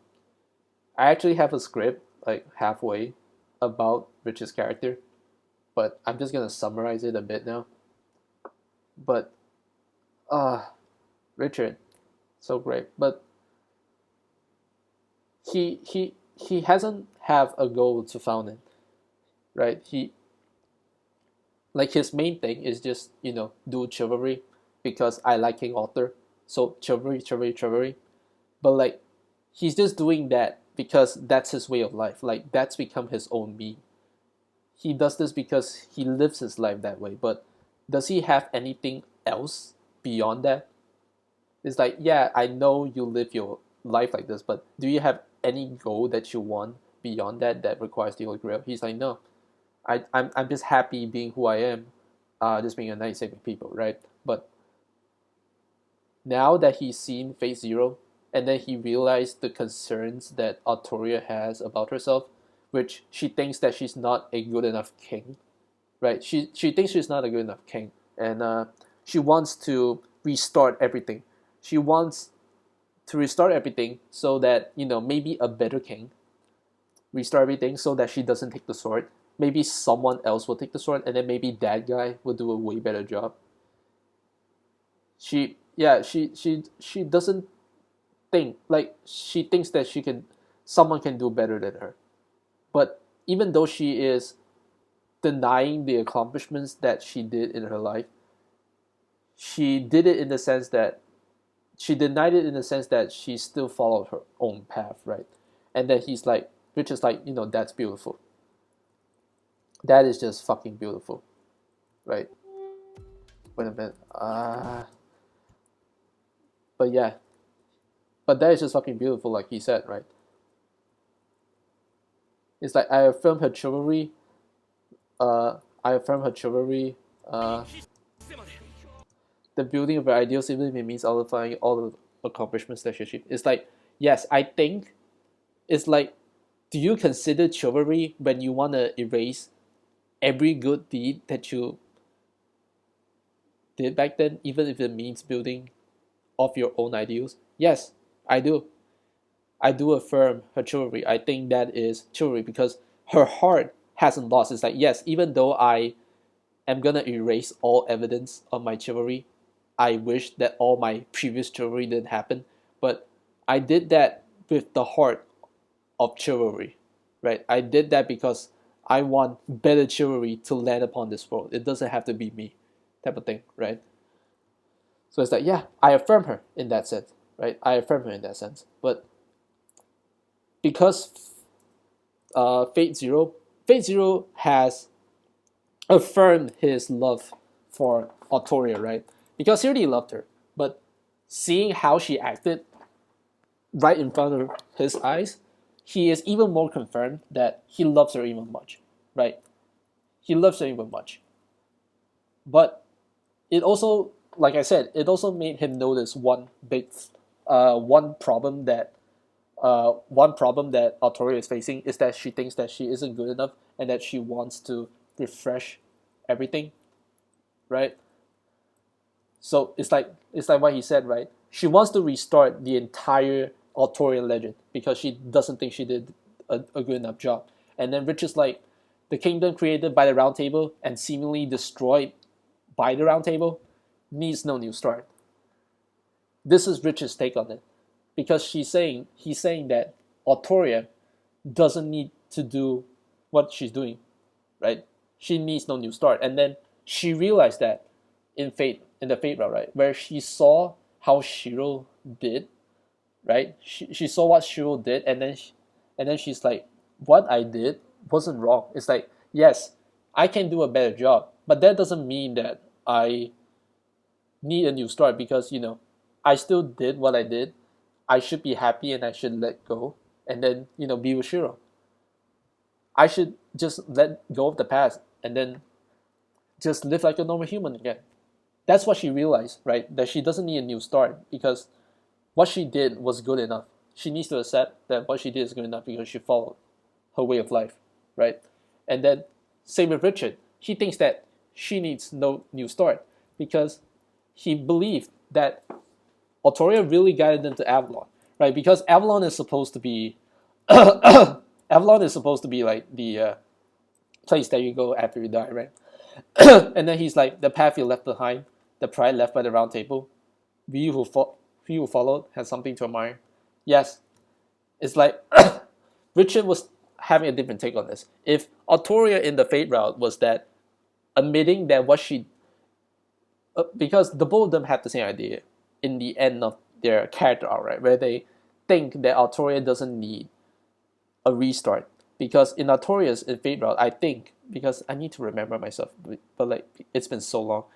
But Artoria basically accepts that what she did was good enough, and that let she should let she should be grateful. No, she should like what she should be grateful for what she accomplished because she accomplished something great. It does not deserve to be like it doesn't deserve to be restarted all over again because I think it's not good enough. Because what happened is good. It's like she has to in the Fate route. She has to accept the fact that what she did was good enough. There's no need for a restart, and that she should be a human again because she has been living this life for so long, and then she should settle down now, let go of the past, admit that you have done a good enough job, and then just let go. Doesn't need a new start, right? Wait a minute.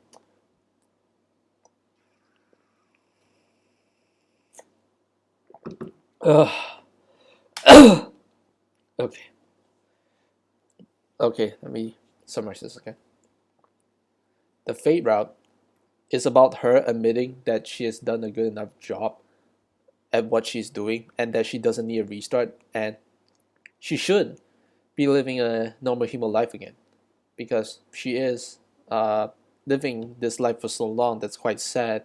And now with Shiro, she can finally live a normal life again. She can be her true self because she thinks that she can do better, like someone can do a better job at her, right? But she was like, no, like it's like what you did was amazing, what you did was great. Like don't just deny of everything that you just did because you think you did a good enough job because you have accomplishments and you don't want it's like it's not worth it's not worth like restarting everything so that you can like you know maybe have a better ending. Like it's not worth it. You should just let go about it. That's why she decided learn that she doesn't need a new she doesn't need a new start.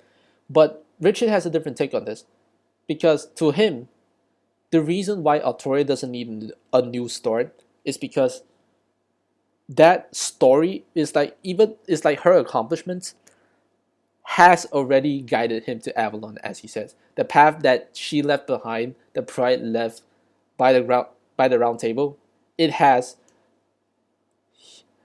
we will follow has something to admire. Because it's a very simple thing.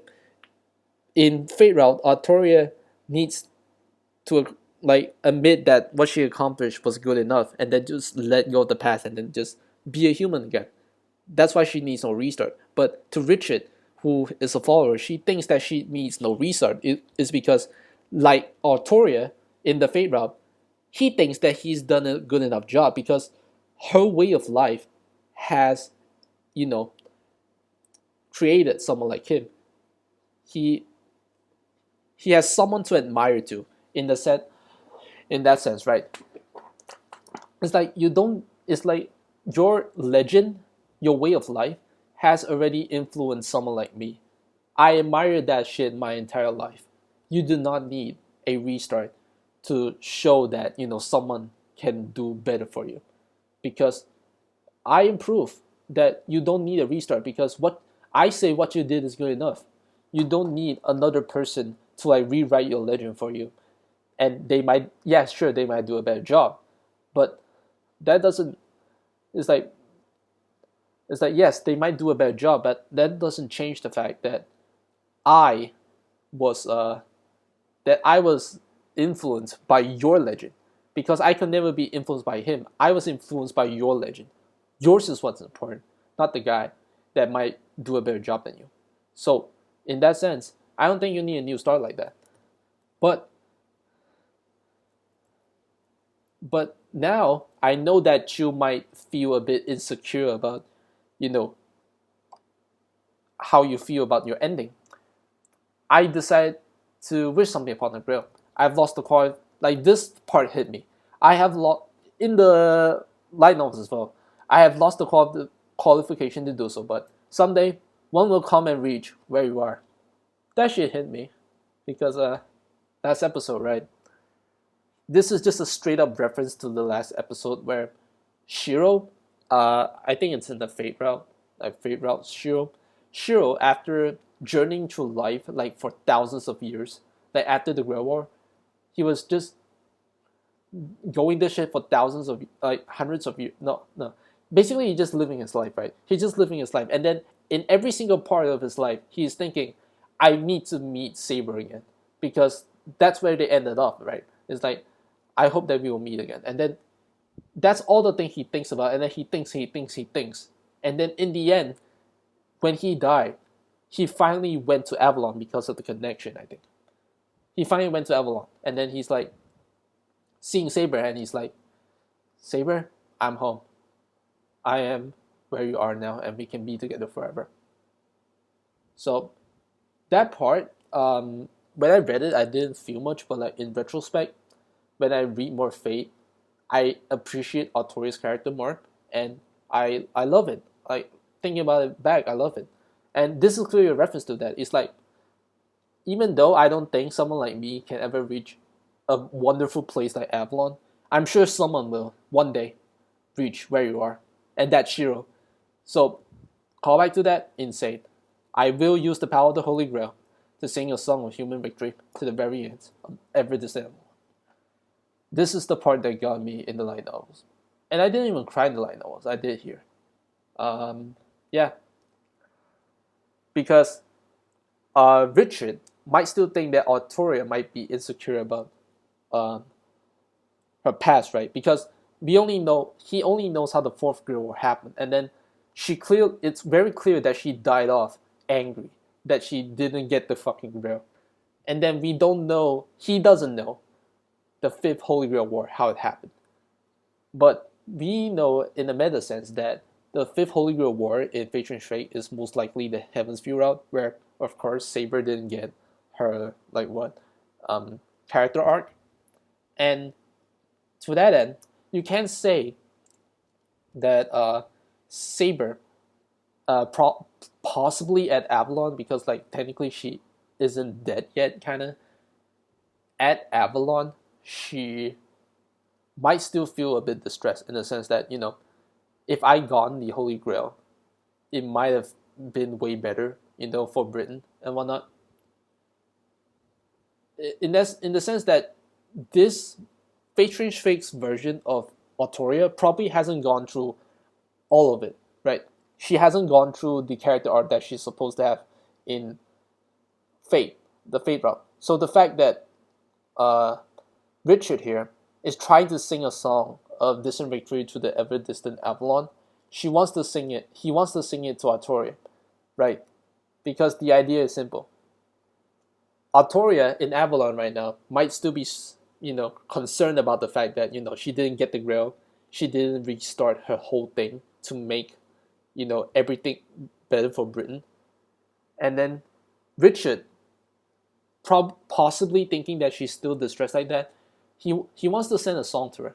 He wants to send a song to her to prove to her that what she has accomplished, what she has done, is a triumph of human history, because what she's done has influenced people so much that it basically is like what she has accomplished has influenced people so much that human history is now in triumph, is now is now in victory, is now flourishing like that because of what you accomplish, and the way you lead your life, right? You created a lot of people that admire you, and then it goes. So I think this is a very, it makes me cry, because I think this is a very sweet thing from Richard, right? Because Richard is like it's like your idol is thinking that they didn't do it. Like, imagine, right? Imagine in current day status, your idol, like a celebrity that has been working on stage for so long, and then you admire that actor. You wanted to be like him, like the way he acts, the way he treats people in public, a lot of things. You admire him, and then you personally come to know that that actor is distressed in some way, in the sense that you don't think that what he doesn't think he's doing a good enough job, and then you as the massive influencer is like, bro, no, and then you as like the person who is being influenced by him, you maybe what is like, you know, you can't actually meet him, like it's straight up impossible, right? It's very hard. So maybe you write a letter to him saying that, you know, I know that you're recently very distressed, that you don't feel you're good enough, but hey, look at me. I was influenced by you. I adopted a lot of your ways of living, and look how great I turned out. So don't think that you're not doing a good enough job, because you are. And that's kind of sad to me, because no, not sad. It's like it warms my heart, especially since this is such an impossible thing. We're talking about Avalon. He wants to sing a song to Avalon for her to hear. Like, do you know how hard that is? Like, that's shit you use the Grail for. But yeah, fucking incredible. Fucking incredible. Enjoyed that scene. One of my most anticipated ones in the entire fucking light novels. Justice. Done. Justice straight up fucking done. And then, you know, the character arcs with Richard and Aika as well, so well paralleled. Like, straight up. It's just perfect writing. But this is one, right? This is one of the parts that I think people will be excited about, because there is immediately after a part that I feel a lot of people will be shocked. Like, personally, I'm not that hung up by it. Like I was shocked when I read it. I was like, what? Did that shit really happen? Type shit, right? But not really in the sense that, you know, I feel a lot of stuff. Like, I feel bad. It's like, oh damn, this shit happened. So it's like, I felt kind of, it's kind of sad, right? But not to the level of what Richard did for me just now, right? So yeah, it very excited to see how they did that one, because uproar. Yeah, we live in this place, bro. We live in this place now that Jester is fucking gone.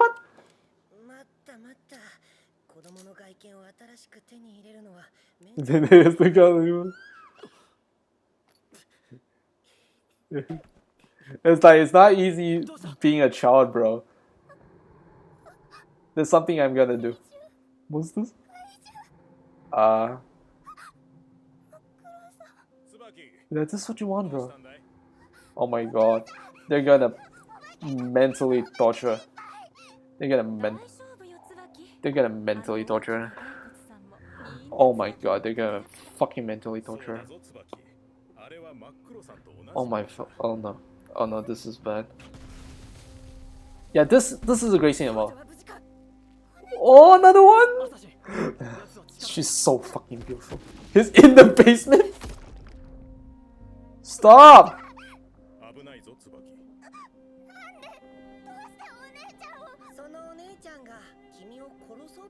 Fuck you, Jester. Fuck you. He said it wouldn't be a problem.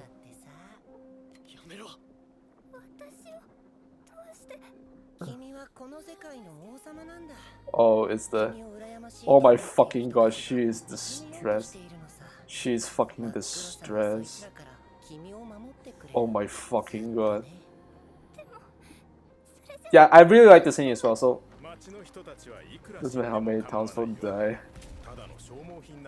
Shut the fuck up, bro. Oh my fucking... Do you think about this magecraft? Ah, shit. Oh shit.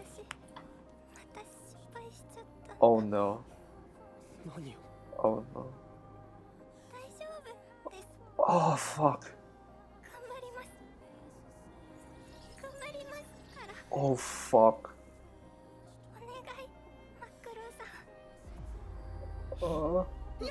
Jester fucked up.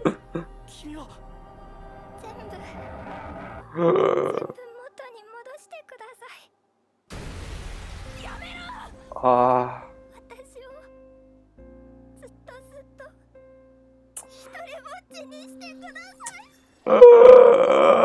Fuck! I didn't think this happened a second time, Brand. What the fuck? Man, fuck you. And then you suddenly drop a bang of shit like that. Oh my fucking god, man. Why'd you suddenly drop a bang? Oh, it's Maya!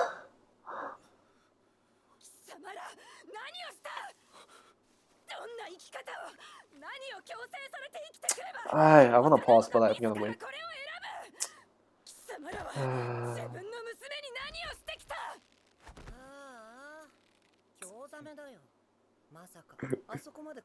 This motherfucker. This motherfucker.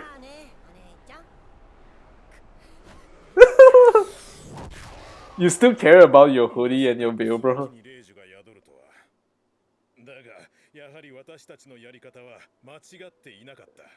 For real?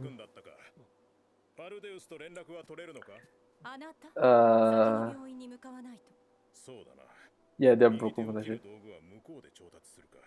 Yeah, they're gonna cut it. You get them. Get those motherfuckers in. Get those motherfuckers in. Get those motherfuckers out, bro. Oh shit. Flashbacks. 2 strokes.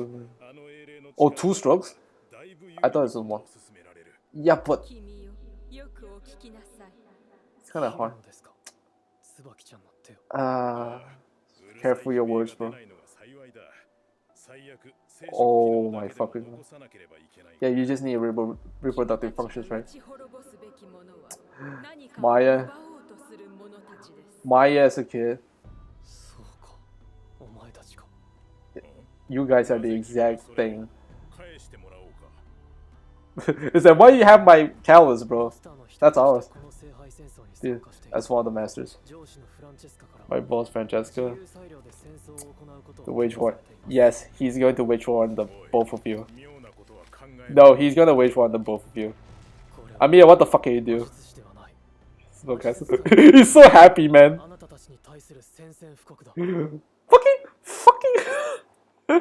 Fucking captain is so happy. He's like, yes, this motherfucker's getting it. Yeah, it's very clear exactly what Sigma has been ticked off. Like, he willingly waged war upon these 2 motherfuckers, which, I mean, your average person would. Like, think about it. Think about it like this. Sigma is someone that does not give 2 shits about anything. Like, he has no goals, he has no nothing, he doesn't desire anything. And someone like him saw these 2 motherfuckers and he's like, nah, bro, you're going overboard. I'm gonna kill the both of you. Think about it. These 2 are that bad. These 2 are so bad. Like, as parents, they're so fucking bad that Sigma literally has to, like, Sigma has been forced to grow a character arc because of them. Like, Sigma, a guy with no desires, he has nothing he wants in life. He decides that these 2 motherfuckers need to go. Like, how bad can you be? How bad can you be, bro? But it makes sense, right? Because Subaki precisely reminded him of himself. And then her parents reminded him of the people that used him, right? The people that forced him to do the things that he did. And it's also kind of sad because we have Maya, right? I'm not expecting to see Maya right here as a child. But yeah, think about it. She is very fucking young. Like, straight up, she is very fucking young. This woman got raped, right? Got raped at such a young fucking age to support him. And then he doesn't even have a mother, right? He has no parents in that sense. There's no parents around him, and then he's forced to go through all these stuff by these people. They're exactly like Subaki's parents. And then what made it worse is that they're his parents. Like, those are Subaki's parents. Like he doesn't have a parent, right? Sigma doesn't have a parent, he doesn't know.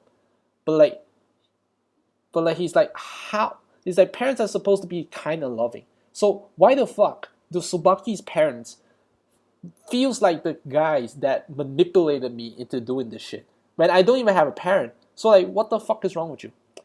So yeah, great character development right here. Even Captain is fucking spawning.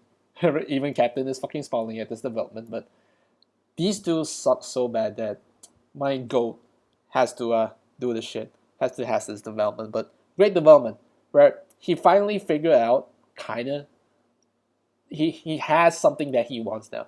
At first he was like, oh, I want to save Subaki because I don't know why, I just want to. I just feel like it, right?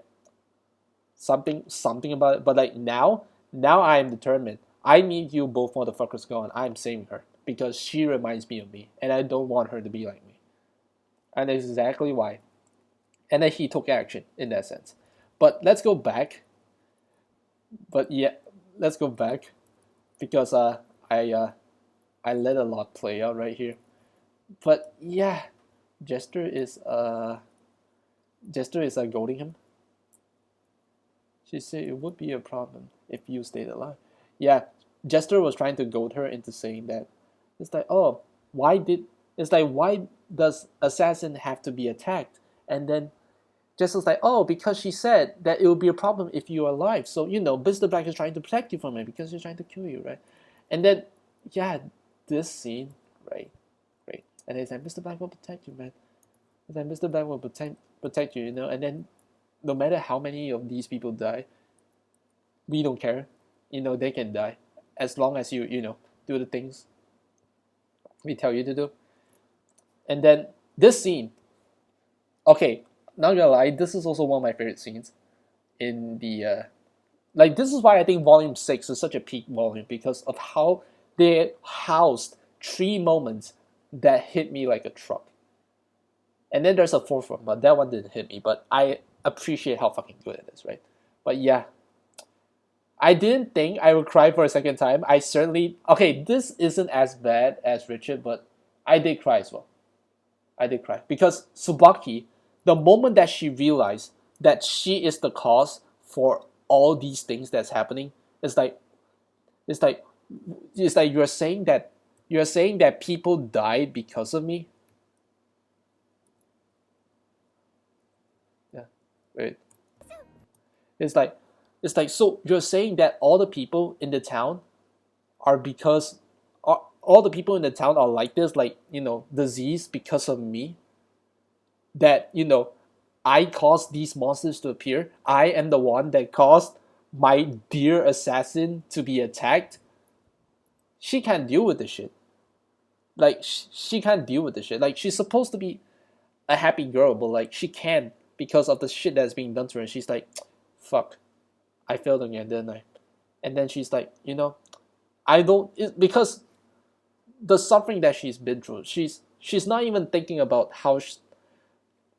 She's not even thinking about her well-being anymore because her entire life she has been taught, right?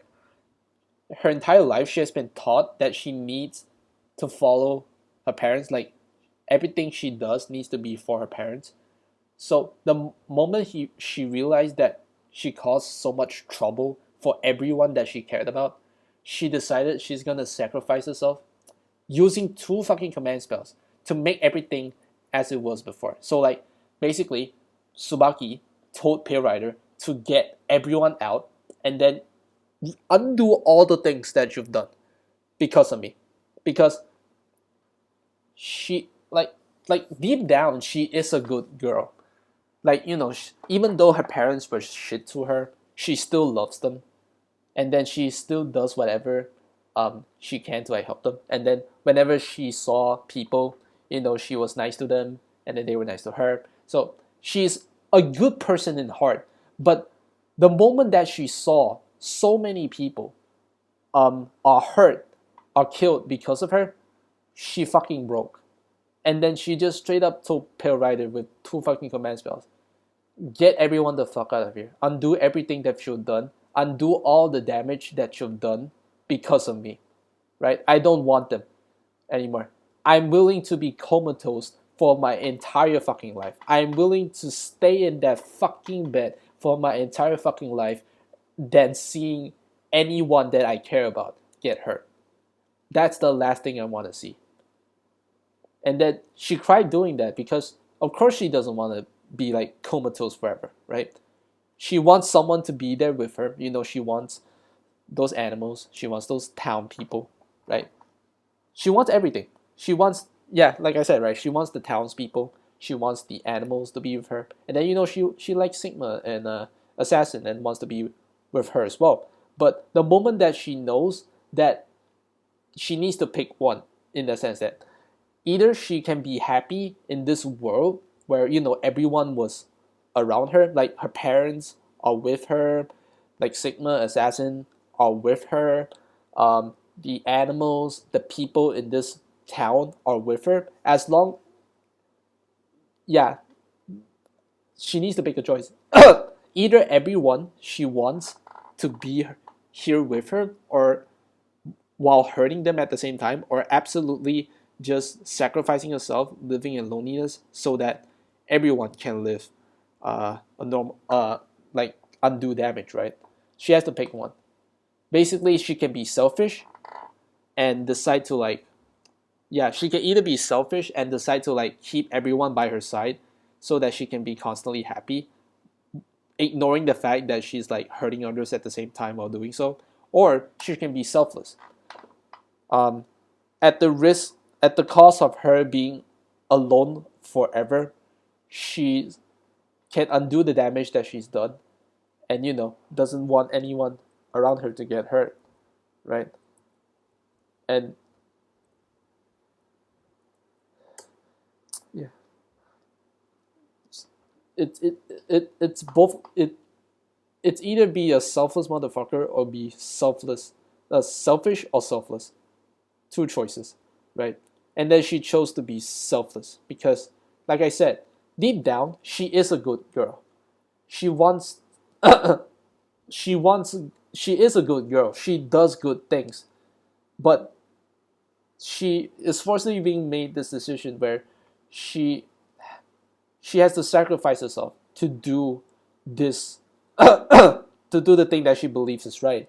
And then, exactly like Assassin said, what kind of fucking thing that should put her through to the point where decide she willingly decide to like do this, like what, to like be alone forever, then like why do you make her do this decision in that sense, right? It's like, why, it's like, what fucking awful parents you are to have her make this fucking decision, and she isn't even at the double digits yet. Like, she's still young as fuck. She's toddler. She's a fucking toddler. All right. In what world do you live in where you have to make her deal with this shit? Straight up. She's. It's just sad. Like, there's even the what? There's even the one part where she cried. Yeah, this part fucking got me. Surely it did fucking got me. But yeah, it's a sad situation that she has gotten herself in, but kind of sad. I don't even know what I want to say about this, because she is just such a sad character that it's not even funny anymore. Like, back then, I can still be like a bit funny, like Jester and whatnot, but I can't even anymore, man. But yeah, now on to the scene that most people will be absolutely fucked over about. So let's see how they adapt this one. I am excited for this one. Yep, we're back. Every single one of us is back. Yay! I have some people a while now, but we over. No, bro. Like 7 days? Nah, bro. You won't survive 7 days of stomachache, bro. Especially since the amount of shit that's going to happen, right? The amount of shit that's going to happen is that I might adjust things now in earnest, since they're back and all. Yeah, what first? First off, this motherfucker knows what he's about to do, and then he made this fucking smug ass face. It's like, what do you want to do first, Faldes? It's like, I'll get a prescription for my stomach medication. I've been having stomach pain for a few days now, because of this shit I'm dealing with right here, but I need to get a prescription immediately. And then he's about to do this motherfucker. I swear to God, man, Faldeus and Jester. These two are funny as fuck. Like they're not even trying to be funny. They're not even trying. They're supposed to be edgy, but they are funny as fuck. Like what is with this mug ass face? Oh, at the right. Yeah, yay! Ayakacha. Yeah, because yeah, why do you know my name? Because you know he knows the real you. Yeah, you really are someone. Yeah, weird. I know, bro. Yes. Kinda. Someone who has the same face and yeah, just a different hair color. But you're the fake. Really is one. Tell him. I admire who is. She doesn't even know herself. Yeah, she doesn't. So he's gonna answer her. Oh! Just as he's about to explain, straight up to the fucking stomach. That was such a good ass shot. Oh shit. Oh shit. Oh shit. Oh shit, I'm getting goosebumps. I'm feeling my stomach pain right now. Oh no. Oh! Oh!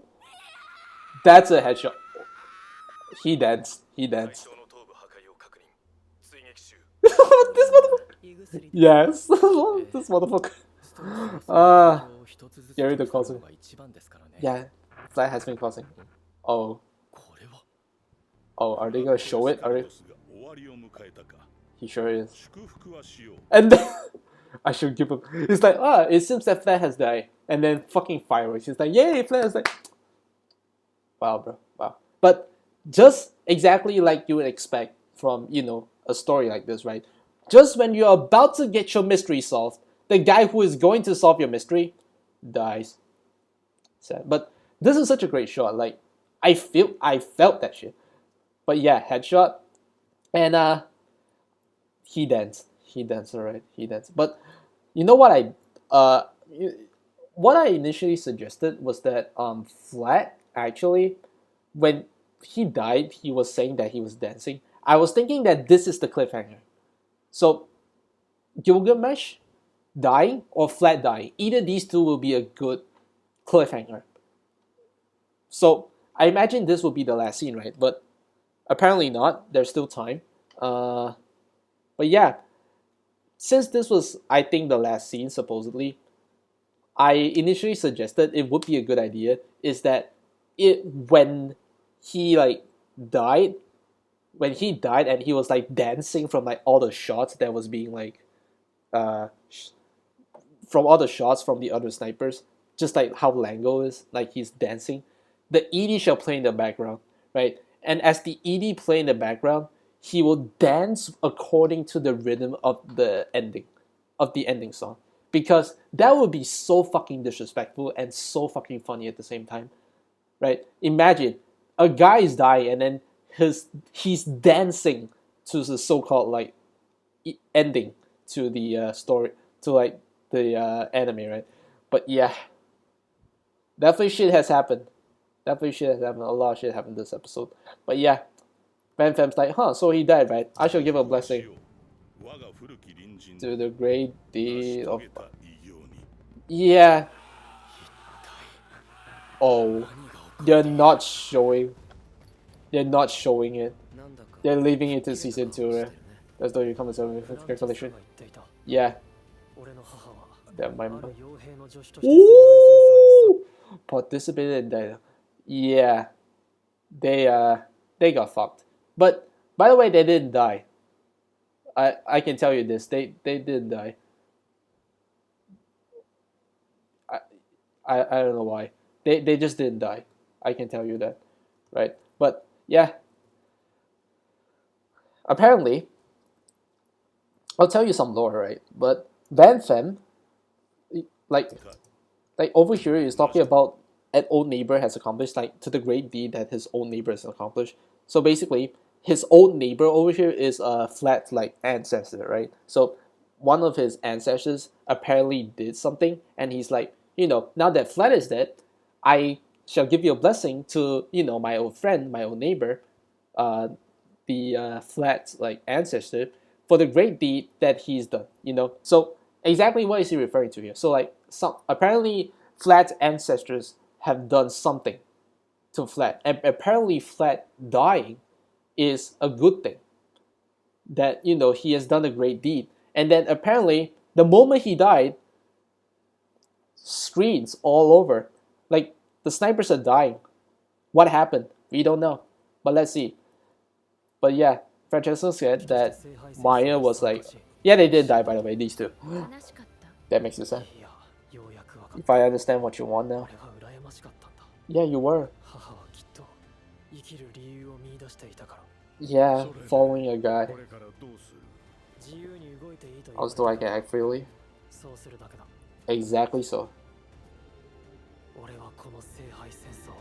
Take the Holy War. Yes! Oh, and we having this type of ED. Okay. That's good. Yeah. But yeah, the episode is done. I just checked the recording. 2 fucking hours. Insane. I didn't expect this episode to did the things that I did. 2 hours of me just talking about shit. It goes to show how good this shit is. But yeah, I need to think about if there's anything I want to say, because I kind of said everything I want to, right? Wow, this is a John Fisheye for real. This is a John Fisheye for real, but this time is not him purposely doing it, of course. But, yeah, okay, there's one thing I want to say about Jester. Let me get to his part, if I can, yeah. So, apparently, Dorothea is an important name to him. So, I'll explain exactly what it is for those who don't know. But Dorothea is basically his real name. So, yeah, apparently this Jester that you're seeing right now isn't even his true form, because originally her name is Dorothea. So, he is a woman back in the day, and then he starts to get this bullet thingy where he starts to like inject souls into it so that he could create like different versions of himself. And Dorothea is the name that he wants no one to know about. And then Van Fem, being, the big brass, has connections to, Jester, right? So he knows about it. And there's a bit of like info that wasn't being adapted here, but overall not that important. Is the originally Van Fem and Jester are like in good terms, like they fuck with each other, quite so. And then before Jester came in, yeah, this was before Jester came in. Like they made the call before Jester came in, and Hanzo was like, no, Flat was like suggesting, right? Can you like give me a weakness for Jester so that we can defeat him? And he's like, nah, man, I have no reason to. It's like, look, Flat, I know we in good terms, but like me and Jester right here, we on good terms as well. Like I have no reason to fuck him. I have no reason to fuck him over. Which true, he definitely has no reason to fuck him over, because like, why would he? He has no reason to, right? But either way, precisely because he has no reason to fuck him over, he's just saying that, I won't gonna help you, but I can listen in, because before this conversation even ended, Jester came in, so too late to do anything, so he just listened in, right? And then the moment that he listened in on his double standard on the situation that's happening right now, he immediately decided to fuck you.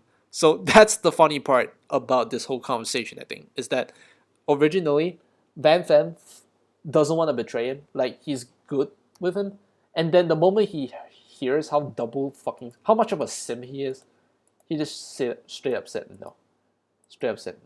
But yeah, nothing much to say, because pretty much said all I wanted to say. I said quite a lot. Richard, I have no complaints. This is great. Like even the action scenes, I need to see it again, because the action scenes are actually great. But like I'm not focusing on that because that's not my main goal, right? Subaki, also great. Like these two scenes, it hit me in the light novels, but it's not this hard. Subaki isn't even a top 3 scene. Top 5? Yeah, top 5. Easily top 5, right? But I didn't expect it to hit so hard. Thank God for like the soundtrack. And then Flat, yeah, it hit quite hard. I feel it. I feel it deep. I feel it deep down, bro. Like this shit will hurt a lot of people. Let's just say this shit will hurt a lot of people. And he's dancing, right? So apparently they're leaving for some important stuff for season 2. Like exactly what happened the moment Flat died, we don't know. So that's for another season. Sigma, good presentation this episode, getting him some character development, and then I think the important part is like quite nice as well, right? He's saying that let's see.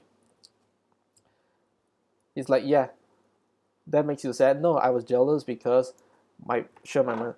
No, because apparently the reason why uh, Maya is important to her in the sense that he's jealous of her, not because that not because that he wants her or anything, but like the fact that Maya has like escaped from the organization that he's at, and then managed to be a participant of someone. No, be the assistant of someone who is joining the Holy Grail War. He's jealous of her because Maya is an example that a mercenary like her, like the both of them are in similar circumstances where they're in quite literally the same organization back in the day, right? So he's like, the fact that Maya can get out of it and then be Kiritsugu's assistant and then fight to the death along with him in the Holy Grail War means that she has discovered a reason to live, because like if you because like you wouldn't willingly fight for someone like Kiritsugu if you don't have like a reason to, right? Like you follow him for so long, it's not even about money at this point, right? So he's like, I'm jealous of her, man. The fact that she managed to got out of the shit and found a reason to live. She found a reason to live, right? And I'm jealous of her, and I want to be like her. I want to be like her where I can do something. I can find my reason to live as well. It's like I was jealous of her that she managed to find a reason to live, and I've always has been, but like I didn't realize it until now, because now I found my reason to live. I actually found a goal that I want to do now, and my goal is to destroy the fucking Holy Grail, because it is this Holy Grail that caused Subaki to be the way she is, and then he hates it. He does not like the idea of Subaki being like this, because Subaki was the way she was currently was because of the Holy Grail. If he managed to destroy it, then Subaki wouldn't be in this pain any longer, right? But yeah, I still don't think ending this scene is a good idea. Straight up just ended it with Flat dying would be a way better thing. But yeah, great episode, fucking great episode. Like, people on the leaks were saying that this is not episode 6 level, and I'm like, of course this shit is not episode 6 level, because it's never meant to be, right? It's never meant to be action-wise episode 6 level, even though I think it's pretty comparable, right? It's pretty nice in a lot of the animation stuff as well, but overall, animation-wise, still episode 6, because they have a lot of very interesting choreography, right? Choreography and like the fight scenes and whatnot. Very interesting in episode 6. Like, that one is still up there. But this one, easily number 1. Like, I'm the type of guy that cares about story more, right? Presentation is important. Animation is important still. But I'm the story guy. And the fact that this episode managed to make me cry twice. First one is kind of ugly crying. This one is just like a tear. Not even a tear. Like, still crying, just normal crying, right? But yeah, the fact that this episode made me cry for 2 fucking times actually means something, right? Episode 13, easily number 1, right? Easily number 1. My number 2, episode 9 or episode 6, because it's kind of hard. right? Because those two are pretty cool. I think episode 6 because I am a Richard fan, and hearing him yell Excalibur all those times still gets me, right? It still gets me. Like I love the the Excalibur scene, and especially the dub. The dub is great. I want to hear the dub over here as well because it will be fucking awesome. But second, okay, this one is definitely number one. Second place will probably be episode 6. The third, my third episode, probably episode 9 because episode 9 was really interesting in a lot of ways. They changed the story a bit and then they managed to somehow make something out of it. And then Letterbox, like great episode 9, I think top 3, great. And then number 4, um this is a bit of a weird one, but I'm going to give it to episode 3 because episode 3 is Hazel versus Jester, right? And I've always liked that fight in the light novels, right? I think it's a very cool fight, and a big fan of someone that goes hand to hand. So probably that's why probably that's why episode 6 is number 2 for me. I like gunfights more, but hand to hand is another contender because hand to hand combat is always cool. And yeah, episode 3, I already love that fight in the light novels, in the mangas, and then now the anime made it even better. So definitely gonna give points to that. I love that, even though the actual episode reaction isn't doing that well, but I love that episode. And then number 5 would be episode 11 because episode 11 is entirely carried by that final scene. Otherwise, there's not much importance in it. Like it's just fine.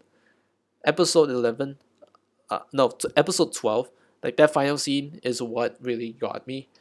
Otherwise, it's just fine. And then yeah, the others are. I'm not gonna give a detailed ranking, just the top 5 episodes.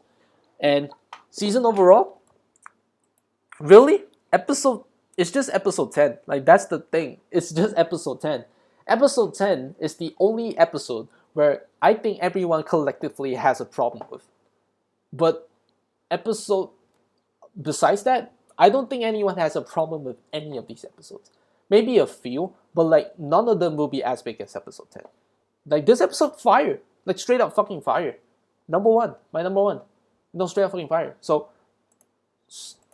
entire anime, I have nothing to complain besides episode 10 and the fact that they adapted volume 6, right? But the fact that they rushed it, like my only complaint about Fate Strange Fate is that despite it's like the fact that they rushed it, and yeah, they should have ended in episode 5, but I can't even like blame them for wanting to rush to volume 6 because volume 6 is quite honestly the better cliffhanger when it compared to volume 5. So like imagine cliffhanger, you have two. You have either Flat dying and then supposedly something happening causing everything to go to shit, right? Causing everything to go to shit. Either that or Gilgamesh dying and then everyone gets swept up, right? Either of those two. This one will have a bit more closure, and I understand why they would rush it for this one because this is a good middle point for the series. But at the same time, they should have stopped at episode 5. It should have been fine. But even so, volume 6 content, I think they adapted so far so good because they still have a lot of. I think they still have like what 40%. Like mind you, 40% of volume 6 that they haven't adapted, and those 40% are like side stuff, right? Side stuff that happened in the meantime while this whole thing is happening. And yeah, those stuff are important that needs to be addressed later, right? It needs to be addressed one way or another, right? So yeah, the fact that volume 6, what they did at that, I have no issues. I have no issues. It's like only volume 5 is the main issue because I am quite sad about that one. I am quite sad, but overall, the wait for that shitty ass schedule, worth it. I think it's pretty well worth it. Like this episode alone is worth every single wait I have to wait, right? This episode alone is worth. But a detailed yeah, something a bit detailed for like the full review will be on my next video. So definitely gonna get working on that one really soon, but I need to get this one out first. And yeah, it's late over here. Like I said, it's 2 hours. I've been talking about this shit for 2 hours, right? So very late. I need to sleep. So this is it for now. The end of Face Strange Fate Season 1. And I hope I'll see you all in Season 2. This is that guy. If you like this video, please consider like and subscribe. It motivates me to do more. And I'll see you all next time.